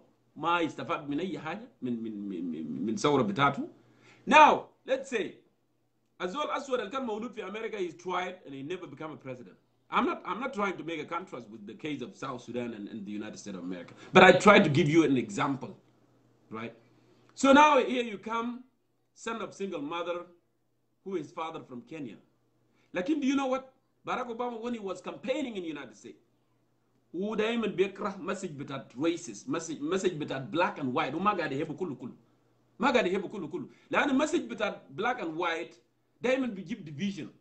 Hata inter message betak al kan koiza, bibawuzulek.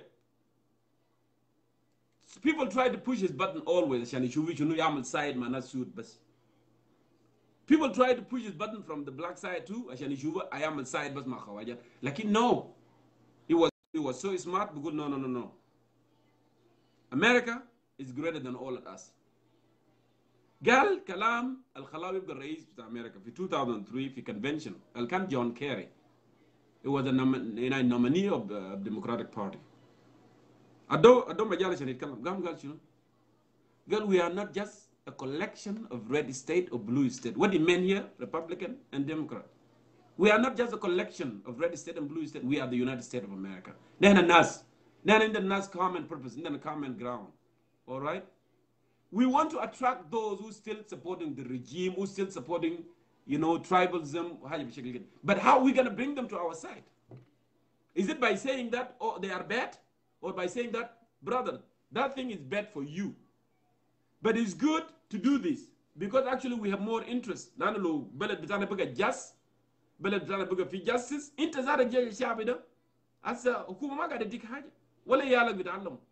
gonna benefit. And then we all will be happy. Because this country is belong to all of us. No one can get rid of you. Nobody can get rid of Latuka. No one can get rid of Dinka. No one can get rid of Nuer. Because there is a purpose. Period. There is a purpose. The only thing we need to do, we need to learn how to live together. That's the only solution. Like I will get rid of those. They'll basitin. Oh, they'll katirin. Lakin manafein.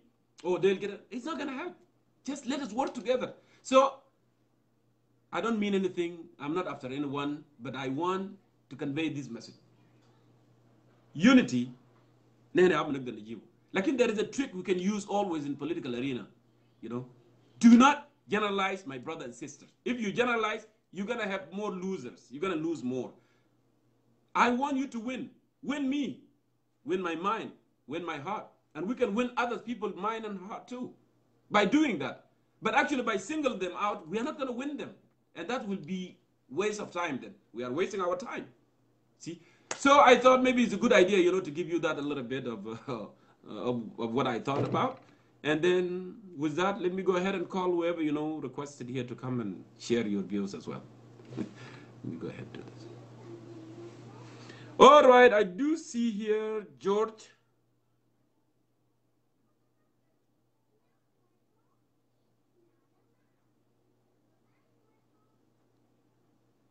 George, I'm calling you now, right now.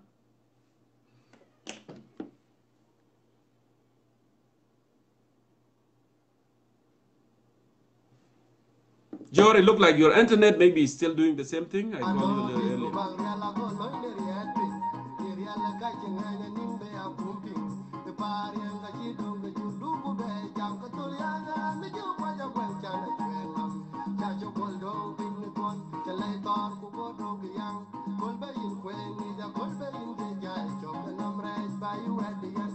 Yeah, Jamal, send in your request, but then I don't want to time him to the woman. Anyone send in your request, send in your request.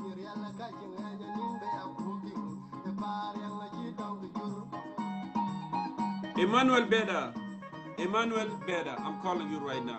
Go ahead and answer that, Emmanuel Beda, so I can hear you.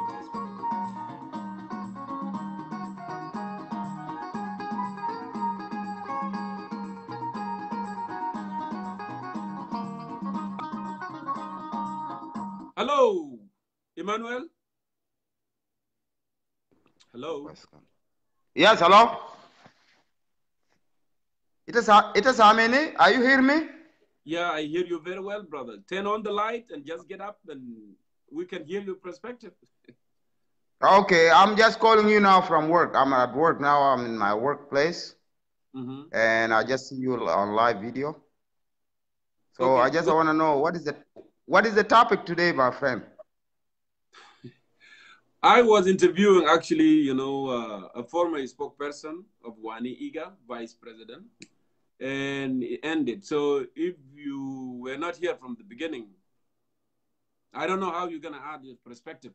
But anyway, that's what it is. Yeah, I was interviewing him and he answered a lot of questions. So we didn't pick a specific topic today to talk about. You know, I was interviewing a person. So. Oh, okay. So that's today's look like it's you guys talking in general, like there is no topic for the program today, just in general, right? Like I said, I was interviewing him, but if you want to add anything, but I don't know how you're gonna add it if you didn't, you know. So you was interview Wani Igga? The spokesperson, the spokesman of Wani Igga. Oh, okay. I got you now. Okay. So I don't know exactly what it was interview and what you was interview him, what kind of question. I don't understand. I just get inside now to the online, and I don't know what you guys was talking about. That's why. So go ahead and observe a little bit, and then I'm gonna bring other people. You know, they can talk, and then after that, maybe you will have an idea what we are doing, and then I can bring you. Just go ahead and watch, brother. It'll be okay. Okay. Oh, okay. Thank you. So let me go ahead and see who is the next person. Sometimes can be tricky, Jama, you know, it's not easy. But we have to put up with that. So let me bring Hassan Tangun. Hassan Tangun, I'm calling you right now. I saw your request also, Dina. I'll bring you, you know. Yeah, I'm trying very hard, Emmanuel. I'm trying. Yeah. Hassan Tangun. Yes, yes, brother Jongkor. Dark like this? Can you turn on the light?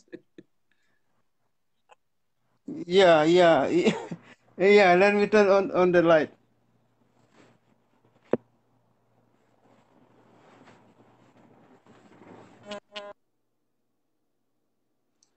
All right.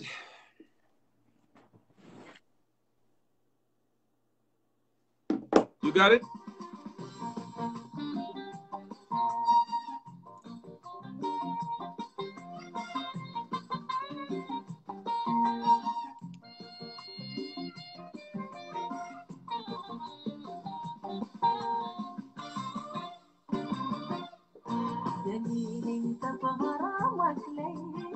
جميل تغبر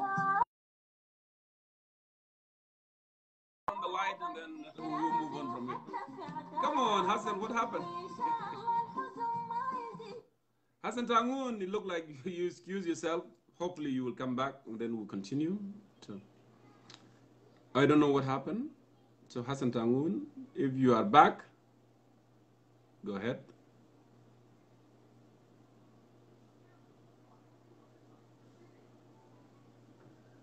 Okay, I see that you requested back, and I'm gonna go ahead and call you.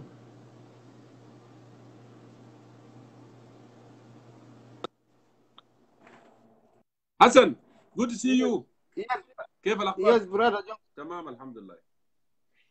Alhamdulillah. Go ahead with your perspective, Hassan Tangun. Yeah, it's a general talk, right? It's a general talk. I see people talking about tribalism. Actually, some kind of tribalism, tribal. This is not a topic for tribal. I was interviewing somebody, and he gave his perspective, what happened in the country, why he resigned, and what need to happen. So that's what it's all about, you know. So, did you watch it, Hassan? No, I didn't watch it actually. Oh, you just came in. Yeah, I just came in. Okay, maybe Hassan, you can go with your senses. What do you think about peace? And then maybe, and then go and held back a little bit and watch those who watch it from the beginning. And then maybe if you wanted to come back and add a contribution, would be so great. Okay, concern the peace that's signed, and our people are celebrating back home in the capital city, or even in South Sudan as a whole. Look, Jongkor, all of us, we need peace.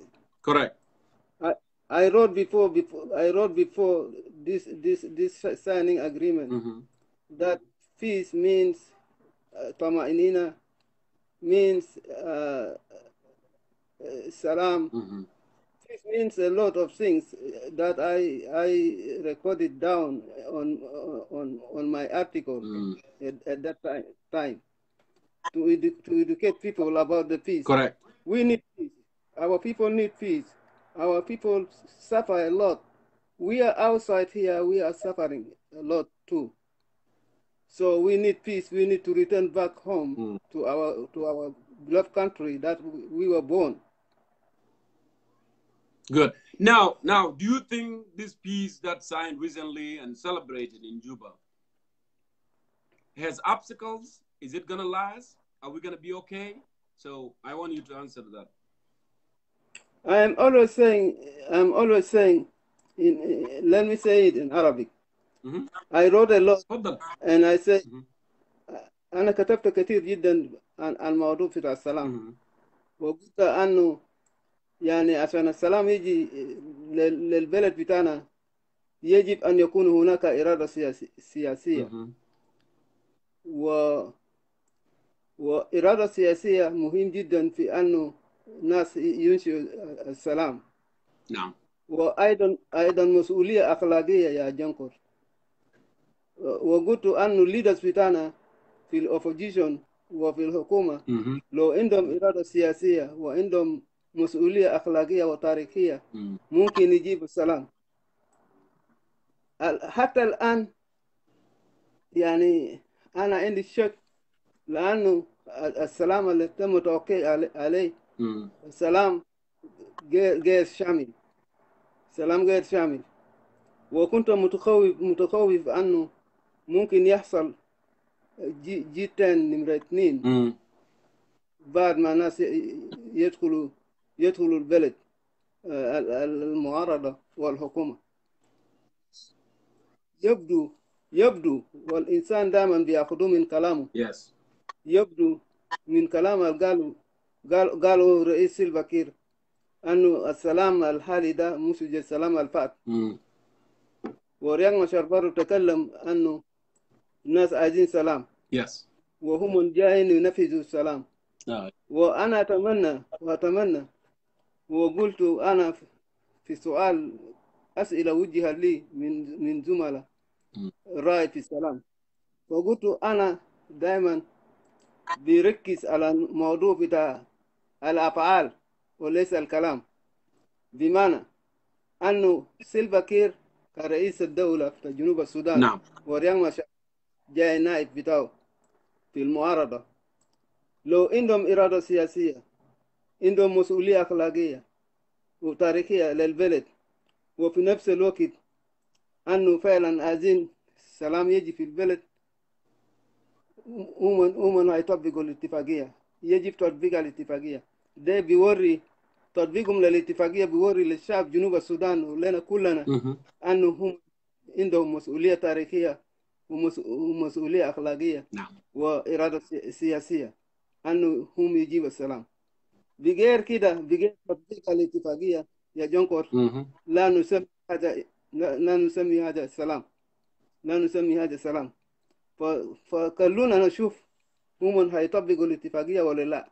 دي هي المهم. ولو ما طبقوا الاتفاقية يبقى الاحتفال الجاري في جوبا وفي كل جنوب السودان يبقى حاجة ساكت، يعني ما له معنى. All right. أنا لقيت the point. So نحن ننتظر. We hope though it's gonna last and we hope هيعمل implementation زي ما سمعنا قبل من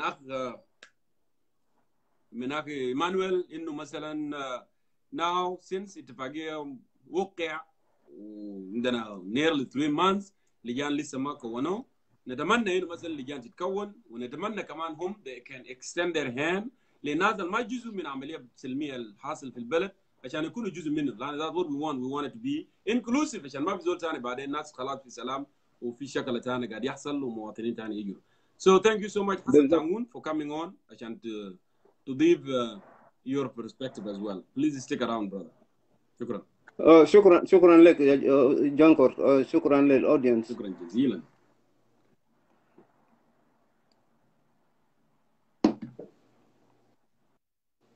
All right يا جماعة زي ما أنا قلت send in your request. I'm still people are watching بعدين نمشي نقول والله بس كان كله rebel يا جونكور جابو. Now you have an opportunity you don't want to send it. حتى هنا قبل في ناس قاعدين يقولوا يا أخي والله يا أخي ده بس جونكور is just giving platform for rebel. They sing this song all the time. Now I'm begging you to come in and make your perspective. Actually, there's a guy here actually, well, a woman, a kur ding, well, a kur something, you know. I hope he can come and make his point instead of, you know, writing, you know, arrogantly down there. You have an opportunity to come and challenge me and challenge other people too. And actually, I love someone who challenge me too. It's okay. That's the way things work. But they don't. When you call them to come and challenge, they don't. So that's weird. Okay, Dina, I saw you. You waited. You called also. Go ahead and accept that. All right. Hello. سامعني؟ ما سامعك، صوتك ما عالي. أنا سامع صوتك واضح. I don't know why. Okay. أو يمكن يكون عشان في هنا. نور بتاعك قاطع؟ نورك قاطع؟ لا نوري ما قاطع، بس عشان أنا لابسة ملابس النوم عشان كده. Okay, no problem. معذرة. تفضلي يا دينا. يلا أنا الحاجة اللي عايزة أقوله لك يا جانكور كالآتي: أن إحنا عندنا مجتمع قبلي. تعالي داير نتكلم عن قبلية يا دينا. موضوع قبل، إحنا المفروض ما نتكلم عن قبلية، المفروض نتكلم عن issues. This is what I'm trying all the time. You know, الناس ما يتكلم عن قبلية، الناس المفروض يتكلم في issues. Injustice. Okay. Issues. Go ahead. يلا تعرف حاجة كمان يا جانكور، لما تدي ناس فرصة يتكلموا عن القبلية والناس تانيين تقول لهم ما يتكلموا عن القبلية، ده اللي بيجيب المشاكل ذاته. دينا go ahead تفضلي make your point. يعني مثلا زي عمك القبيلي جاء ويتكلم، ما متذكر اسمه منه، وقال انه ليه دينكا ما بيتكلموا مع الحكومة، وليه دينكا. اول زول طلع ضد الحكومة لو الذاكرة بتاعت الجنوب نظيف ده كان اسمه منه دينغا طربي. جورجيا طور. yeah. يا جورجيا طور يس كلامك صح. ده جورجيا أول طور زول قال ياك في الظلم وفي الريق في election. That's true. وطلع ضد الحكومة. أول زول طلع ضد الحكومة كان دينكاوي. Go ahead. you know.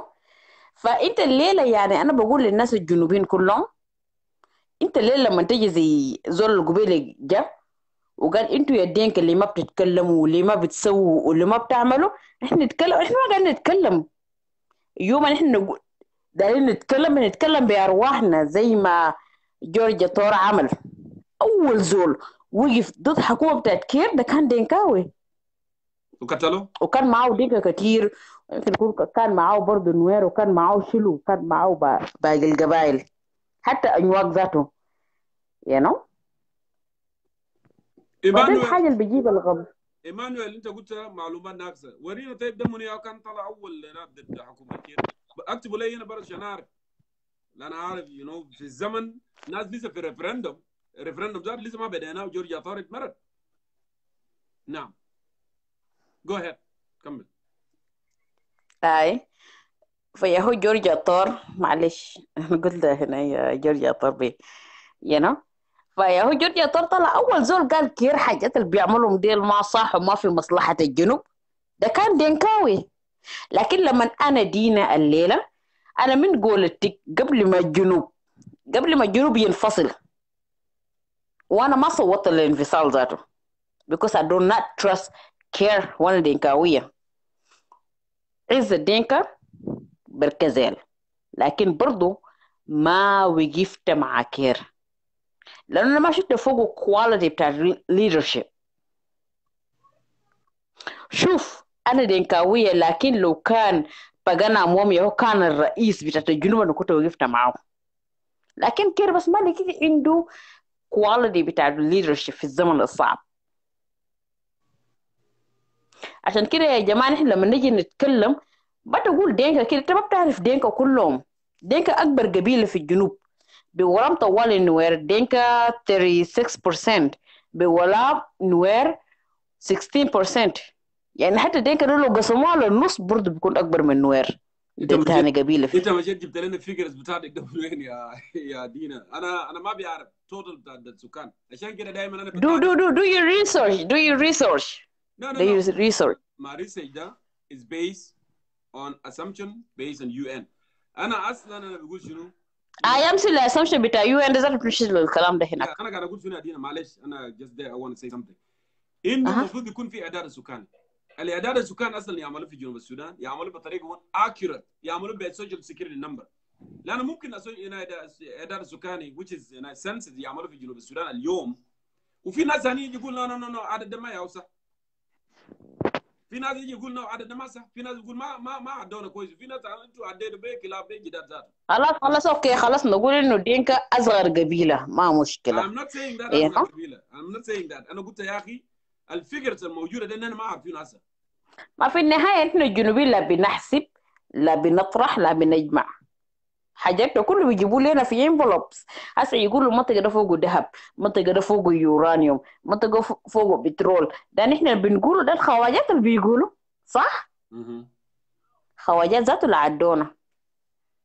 مثلا لما تقوم كده بقبضه في الجنوب وخواجه قال لك ما عندك قبضه لازم تقتنع انه بطق ما هو يجعك، لانه هم الناس الماسكين البلد في اساسه، لكن هم ما علينا. الحاجه اللي انا عايزه اقوله ان احنا مجتمع غبلي. But how we get out from that؟ نحن نطلع من التفكير القبلي ده كيف؟ بالتوعيه وبالمنطق.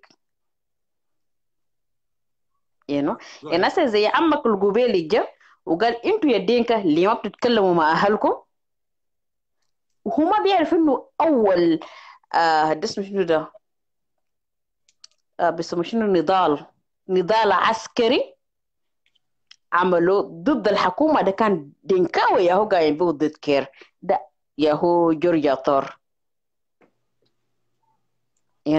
هل هو ما عارف الحته ده؟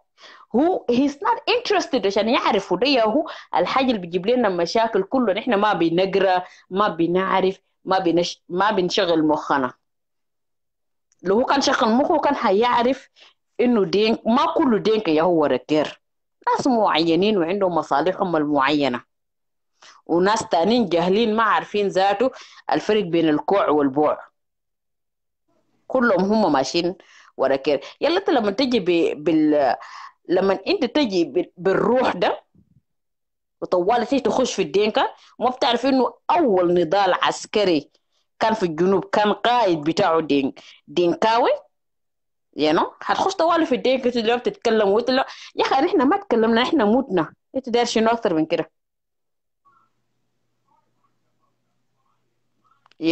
فالحاجه ده بالمناسبه حتى الدينكاوي، انا بالمناسبه انا ممكن اقول لك انا من الدينكا اللي ما بقيف مع كير قبل ما يكون رئيس، ما بقيف معه، كنت بقول ده ما الزول المفروض يقود الجنوب.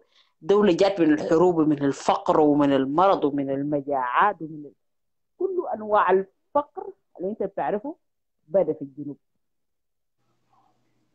دائما كنت بشوف ده ما الزول المفروض يقودنا.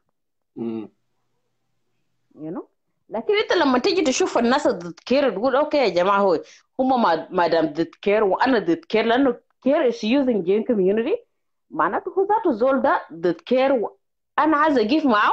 لكن أول حاجة يقولوا دينكا كده ودينكا كده، أنا بقوم بشيل الشنطيات بتاعه وبطلع من الميتنج ده ما بيلزمني تاني لغاية نحن كجنوبيين نتوقف عن التفكير الغبلي. نحن غبليين، لأنه كلمة دينكا لما تقول دينكا أنت بتقول 4 مليون people بتحكم عليهم من غير ما تسألهم، من غير ما تعرف إنه هم شعورهم شنو ولا بيعملوا في شنو، حاجة مبنية على الجهل وبس. اوكي، آخر كلام يا دينا before I let you go، نصيحتك شنو؟ نصيحتي إنك أبحث، خلي عقلك يكون منفتح، منفتح، من غير ما أنت تعمل غرارات وتعمل تقضي على ناس من غير ما تعرف وجهة نظرهم شنو ذاته. نعم. فده الحاجة اللي أنا عايزة أقولها. Okay, thank you so much for coming in and adding your perspective as well, Dina. أكيد. It was good having you. Okay, no problem.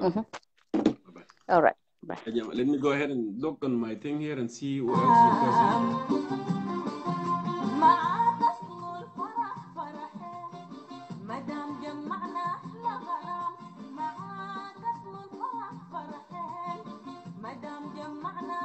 Okay, I'm calling Nial Wool. Nial, go ahead and answer that, Nial. Nial, I'm calling you.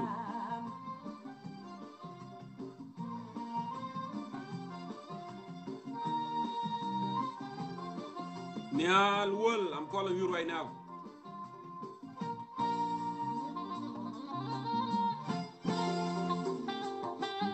I will call you as well, Brother Warda. So Nial is not answering. Let me go ahead and see who's next here.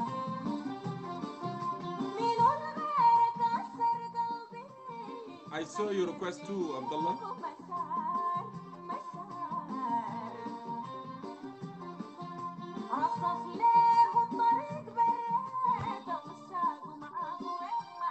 Hello, brother. Hey, Jongkor. Warda. Logoro. Yeah, hey, Logoro. How are you, brother? I got it. I'm doing good, brother. It's good to see you, man. Thank you. Go ahead and add your perspective. I really respect you big time, brother, for your program, for what you are doing. You are doing a big job, man. Thank you. So I'm calling you from Australia. We always like talking. We talk too much, but there is no action. للاسف الشديد احنا بنلقى انه احنا الشعب الجنوبي الواعيين المثقفين we support the wrong thing. احنا we support the government while they're killing our people. They're killing our own people. Those people احنا كنا عملنا نضال عشان احنا نلقى سلام، نعيش في الحريه ونعيش في المحبه مع بعض. احنا كنا في مدارس في اكاديم، احنا عايشين كجنوبيين. القبيله الوحيد كنا عندنا هو القبيله الجنوبي. Ma fi Gebila Denka, ma fi Nuer, ma fi Shuluk, ma fi. So when we are talking about Kir is controlling everything because of militia that whom Janadua. Al militia dol al ma amalulum training. They haven't had well training. Yeah. So even they don't get paid. They go, they kill innocent people, they kill their own people. Mushgal Denka bara ma Equatorians wala Nuer huma tabanin. Itulu mashafi manatik ta Denka huma machine arianin tabanin ma garin yaklo. You know? واحنا الشعب الواعيين برا هنا احنا still we support the government for what he's doing, you know. So انا ما حيطول في كلامي لك كتير. انا بقول لك you know الحكومه بتاعنا we have a lack of leadership. We have a lack of leadership. الحكومه بتاعنا Gen Council is controlling. They are making decision. Gen Council is not being like, you know, it's not being organized by us. احنا شعب جبنا الحكومه مش انه Gen Council is not a member of parliament. They are not parliament. Well, Kir can make decision وبيرجع لجن Council, they can control everything. So الشيء اللي انا داير نقول انه انا بتمنى من برنامج بتاعك انه الشعب الجنوبي الواعي you know احنا كيرنا واحد بعدنا. التقسيمات اللي قاعد يحصل له ما له مصلحه بتاعنا ولا لا. احنا ولدونا في الحرب وهنموت في الحرب واجيال الجايه هيعيشوا في الحرب. لو احنا ما فتحنا عيوننا واحنا قاعد نقول دينكا برا ما بيحكم جنوب والبارياوي ما بيحكم جنوب. كولكتيف احنا كقبيله كنيشن احنا بنحكم البلد. لكن لو احنا قاعدين ننظر لمعايير معين احنا بننظر انه الحكومه دي بتاع دينكا عشان انا من دينكا وانا بسبورت حاجه الغلط. انت في البيت خسر لو ولدك ماشي يشيل حاجه بتاع جيران انت هتقول له ما يشيله؟ لا طبعا. انت ما هتسبورت. انت هتربي جناك ده في التربيه الماشي غلط لانه انت ما اديته شنو؟ ما اديته برنسبل. You need to have principle. الحق كلنا نقول الحق. انا بشكرك كثير يا جونكور وانا كثير متابع برنامج بتاعك و I hope مسج ده هيمشي برا. I'm sure through your program through this the برنامج اللي انت قاعد تقدم ده انا متاكد في ناس كثير قاعدين يوعوا قدروا يصحوا you know. ودي حاجه انا I know you get negative stuff from different you know different part of like you know. That's way of life. I know you are getting it. You are getting. But our people sometimes you know they don't know the trick, and that's my problem. Lani, if we know the trick, Hakuma them have got you know to control us and do all these things. You know, they don't know the trick. The trick is very easy and very simple. You know, to come together. You know, forget about you know the tribal cards and you know nepotism and all this. We need to throw those away and accept one another. That's the only thing. You need to win people's mind. We need to actually when I started this program a year ago, you know, أنا goal بتاعي إنه we want to come together جنوبيين. ده الهدف بتاعي الأول. لأن جنوب السودان ده أو قبيلة بالنسبة لي. I don't care about the plan and all this thing. It's not gonna take me anywhere. يا كنا we are all the same eyes, same. ما في زول دقرون ولا دنا. We are the same. True. European they are tribe. Ito lo mechet Bosnian they speak Bosnia. You know lo mechet Russian they speak Russia. Italian they speak Italian. Portugal they speak Portuguese. They are tribe. But they put all these things aside. It's possible for us to put all these things aside and come together. It's not that difficult. لأنه لما نحن نكون just we have more interest actually. We have more benefit you know being together. You know. لكن في ناس طبعا اللي بيصيدوا في المياه العكرة زي ما بقولوا they don't want that to happen and they are using the divide and rule. You know, even so, sometimes you know, كده أنت أمشي لمناطق بتاع دينك ما في حاجة، مناطق النور ما في حاجة. You know, you don't see nothing. True.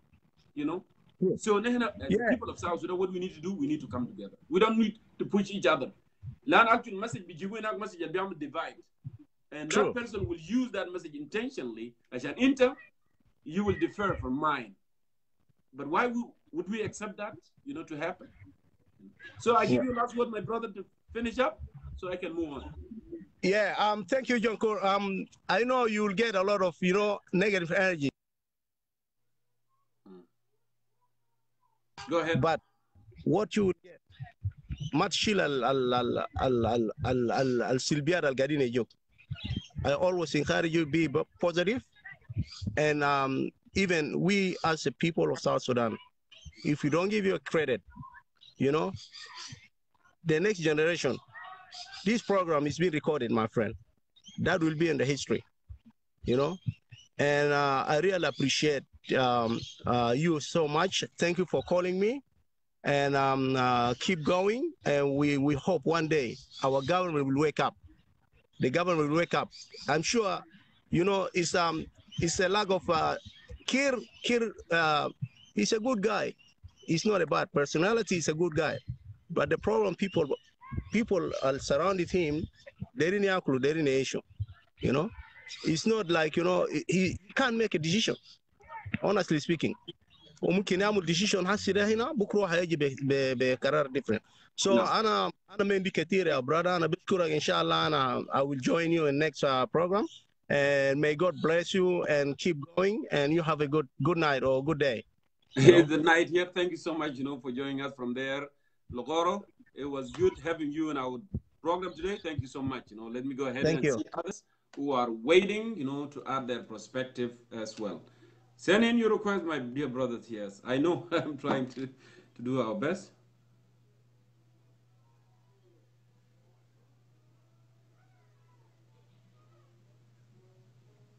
Okay, let me go ahead and do this. I am not a fan of, you know, of tribe talk. I'm not, to be honest with you. You know, I like to talk about the issue. I like to talk about something that can get out of the mess. You know, lot of high tribe, it's not a good thing. You know, nehna kullana wahid. That's what I see. You know. Let me go ahead and Emmanuel, I call you actually, but your network was not working. Emmanuel Beda. You know, I did actually several times. So now, brother, go ahead and make your sense very quick because I have big line now. Oh, okay. I see you busy. You really busy. I am, of course, because I'm. Yes. Listen, brother, I just want to add something for what the guy said now, our brother. كلام الزول ده قاله قبل شوية ده. أنا داير نزيد فوقه حاجة بسيط. تعرف؟ Go ahead. Okay. You know what? The problem for our people in South Sudan is only one thing, you know? حاجات اللي قاعد يتكلم مشاكل بتاعنا ما بقيف أساسا في جنوب السودان, you know? Because يعني شوف التمرد اللي في الجنوب ده مش تمرد بتاع اتجاه واحد, ده تمرد بتاع اتجاهات كتار مش اتجاه واحد. It's not one person. It's a lot of people. Even before, people belong Riek Machar. قالوا رياض مachar هو السبب. What about other people اللي ظهروا ديل التمردات الثانيين اللي ظهروا صوار ديل?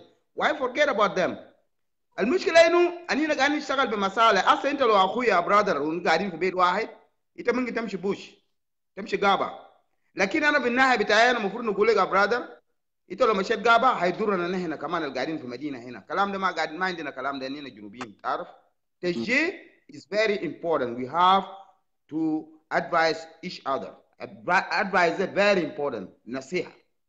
الليلة أخوك بمشي غابة وأنت قاعد في مدينة وبكرة بعد بكرة أنت هتكون دار. You know? ده مشكلتنا ما هيجيب أساسا. Why we don't talk each other like, hey, listen, don't do that. It's bad for us. You know? حتى لو كان الحكومة ده بديك ملايين الدولارات, ملايين الدولار بتاعنا ما هينتهي بكرة. You know? But what about your people? الناس اللي بيجي بيضربوهم بعدين بقتلوهم. قال ده مع أخوه في غابة أو ده مع ولد عمه في غابة أو ده مع صاحبه في غابة. أنينا نخليه لشنو ما نوديه. وذاته احتمال يمشي وراه. You know? أدينا حاجة تانية ده رجولة يا brother نرجع شوية في موضوع peace. The peace agreement اللي حصل في جنوب السودان ده بالنسبة لي أنا ما مقتنع. I'm not agree for this peace. This peace is peace. بالحاجة ده بالمناسبة حتى الدنكاوي أنا بالمناسبة. Go ahead. أنا هنا جنوبيين ده سلام الناس اللي قاعدين في كراسي دي يا أخوي ده سلام بقولوا. You know it's not our peace. Peace ده ما جاي علينا هنا جاي للناس ديل لمصالحهم الخاص. That's all. But we still gonna be the same situation. الموت بكون موجود, تعب بكون موجود. You know, أجاد لسه مستمر. You know, دي الحاجه انا داير نزيد في كلام بتاع اخوي القبيل قاعد ده. بعدين كلام بتاع قبليه اللي قاعدين نقولوا ده يا جماعه، قبليه ده جنوب السودان ده بكون مشكله بعدين عشان كلام قبليه ده تعرف. فانا كان في رايي ناس ما يتكلموا في حاجه اسمه قبليه خالص. فيديو ده انا لو عندي فيديو زيك ذاته I don't talk about tribe. I just talk about حاجات اللي بتضرنا نحن في جنوب السودان في اي قبيله، مش قال قبيله خلاص انتهى. ما كان قبيله ده زمان قالوا ريا كان قال نوير ودينكا. That's over. What's going on now؟ وفيش رياتو قبليه ثانيه اصل دايرين يخلقوا ثاني من تحت. You know؟ يا اخي الناس يا خلوا اصحابه friends you know يختلفوا عشان كلام قبليه. What is that؟ You know أنينا زمان كنا قاعدين عندنا اصحابنا في خرطوم وفي دول المهجر the other places. Those people I talk to them. I don't care about the politician about whatever people doing there. You know لو قلنا في السياسة ده موجود. سياسة ده knowledge بتاع إنسان. سياسة is your knowledge is the politician is knowledge. الناس فكروا السياسة ده شنو يعني؟ السياسة ده زول بس منطق ناس. أنا لو إسا جريت جنوبي ناقص ومشيت لبين ناس المنطقة بتاعهم ومنطقهم كده واديتهم سلاح ومن ما أنا بكون ليدر بتاعهم وأنا بكون في غابة. بعد ليه نعمل الكلام ده ذاته؟ السؤال هنا. Why I'm gonna do that؟ شايف؟ So سلام ده يا أخوي بينه وبينك ده ما سلام حقيقة صراحة بقوله. And he's gonna you will see it. إنت هتشوف. Let us hope that هيبقى حقيقة كمان. عشان you know sometimes something cannot be good but maybe انت عارف ما نك حديثك برادر. انينا لو قلنا السلام ده ما سلام حقيقه يا سلام الحقيقه بيجي بعد كده. لكن لو انينا قاعدين نمشي الامور ما كويس ده ما انت ما تجامل. الناس ما يجاملوا دائما انت ما تمشي بس انت لازم تقول الحقيقه. اي زول عنده حق بتاعه في قلبه وانا ممكن نقول لو شاف سلام ده سي حقيقه ولا ما حقيقه. انا في رايي السلام ده ما حقيقه عشان انا داير نوريهم ذاته كلمه نجيبوا السلام الحقيقه. لانه كلام ده هيوجع قلبهم. ليه زول بيقول السلام ده ما حقيقه وده كلام ده بيقلب للسلام الحقيقه. شكرا brother. That's the way it works. شكرا for your perspective. Please stay safe there at work and let me go ahead you too man. and other South Sudan. اسمع برادر. هلو yes انا شغال معك ده شغل. انا شغال فوق ده كله لمنو لجنوب السودان. انا قاعد I'm a contractor. انا قاعد اشتغل بيوت. انا اسف مال شغال فوق ده بيت جماعه انا قاعد نعمل لهم I'm fixing their house and I'm doing this all because of South Sudanese. I'm not learning this job because for my own self. No, it's for our own people. للناس تاع جنوب السودان. That's why انا قاعد اقول let them stop this. اجارهم قاعدين يعملوا ده. أنا عيالنا ما شافوا أهلنا في الجنوب يا أخي. أنا عيالي مولودين في أمريكا هنا ما شافوا ولا واحد من فاميلي حقي. شكرا. Do you think this is good things؟ No. أنا بشكرك كل الشكر يا أخي. Let me go ahead and move on here and bring other South Sudanese. All right, go ahead, brother. All right, thank you, man. Suleiman Dandra, I want you to send me a request, please. Suleiman Dandra. ده نحن ما قاعد نعمل تعبئة للحرب يا جماعة. ما في زول قاعد يعمل تعبئة للحرب. We are talking about the issue pertaining our country. We are not advocating for war. I'm not advocating for war. I need peace. All right. عملنا interview لأخ ماين and then interview انتهى وبعد كده هنا we are doing some analysis. So Suleiman Dandra, send me a request, please.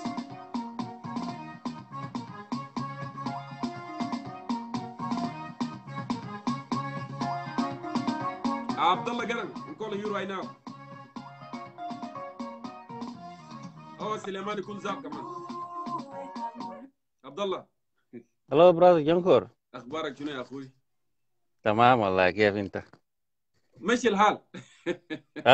والله انا بحييك في الاستديو بتاع Concerned Citizen of South Sudan وبحيي كل المشاهدين المعاني هنا around the world. انا قبيلا استمعت للضيف بتاعتك وانا دائما يعني بسمع يعني بتركيز لناس مثل هذا الضيف.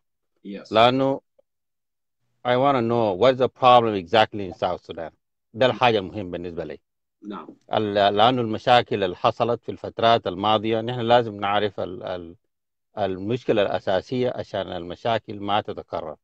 نتعلم من التاريخ، نتعلم من الأخطاء، نتعلم من الماضي عشان نقدر نصحي المستقبل. نعم. ضيف المتحدث هو إنسان يعني very educated درس في بريطانيا واخذ عنده شهاده بتاع قانون، ودرس في الولايات المتحده الامريكيه، واشتغل في البرلمان الولايي هنا في امريكا. بعد ذاك مشى لجنوب السودان عشان he want to use his education to better his country actually. That's why he go back to South Sudan. I like him very well and he is a good guy. وانا هرجع تاني اعيد الفيديو. انا داير اقول شنو للناس الاخوه المشاهدين. real quick in 2 minutes انا زمان ماشي خلاص. نحن لازم نخلق awareness. يعني الموضوع بتاعت القبليه والحاجات دي كلها بتجي باويرنس. لما يكون في قانون في الدوله، القانون بيعمل يعني punish لاني body اي زول مثلا يستخدم حاجه ضد القانون، قبيله ولا كده، القانون بيكون موجود. ده اصلا ما مشكلتنا نحن الموضوع بتاع القبيله، لكن نحن لازم يكون عندنا وعي. نحن كجنوبيين لما يكون في خطا نقول في خطا. نحن لازم نعرف الاسباب الحرب في 2013 كان هو شنو. لكن في ناس كتير لما نمشي يجيبوا اسماء، لانه قبل انا كنت بسمع ارقام بتاعت قروش طلعت من خزينه دوله جنوب السودان وما رجعت وما في اوتبوت. عشان كده لما يكون في accountability الناس ما تزعل، ولما الناس تتكلم عن الاسباب ومنو كان الناس ما تزعل، لانه الناس في النهايه اصلا القانون هي الحكم، سواء كان موجودين في جنوب السودان، سواء كان غادروا السلطه ولا ما غادروا السلطه. فانا شايف زمن ضيق، لكن انا بقول لاخواننا نحن موجودين نخلي القبليه ده حاجه بتمشي. اول ما يكون في حكومه وطنيه وفي دستور وطني بيحفظ حقوق كل الجنوبيين، القبليه دي حيجري، ما حيكون موجود اصلا. لكن عشان في فوضى، عشان كده في قبليه، والحكومه بتستخدم مرات القبليه لاغراض سياسيه. انا عندي حاجات كتير كنت داير اضيفه، لكن الزمن ضيق. انا في الفترات الجايه انا ممكن اشارك. اشكرك واشكر كل الناس المشاهدين في CCSS جنوب السودان. و next time I will add my point. Thank you so much. شكرا جزيلا اخي عبد الله قرن، كنت معنا في كونسيرن سيتي ساوث سودان. I know زمن ضيق يا جماعه. انا بشكر كل الضيوف، بشكر ضيفي of course Mayen Dengdit for coming on today and speak live to our people. انا بشكركم كلكم اللي انتوا حضرتوا معنا اليوم. I know 4 hours period is over and I cannot do another one. I always do just only 4 hours. انا بشكركم زي ما انا قلت كل الشكر being patient ومصابرة بتاعكم للحلقة دي. وزي ما أنا قلت لكم يوم داك جنوب السودان ده بيتصل للجميع، وجنوب السودان ده المفروض يكون the priority بتاعنا كلنا. We don't want to single anyone out يا جماعة. This is the only thing that can bring us together. At the end of the day, we are all South Sudanese. Politicians, they are using what they are using to divide all of us on the ethnic line. But that's the حاجة مرفوضة. So شكرا جزيلا. Good night.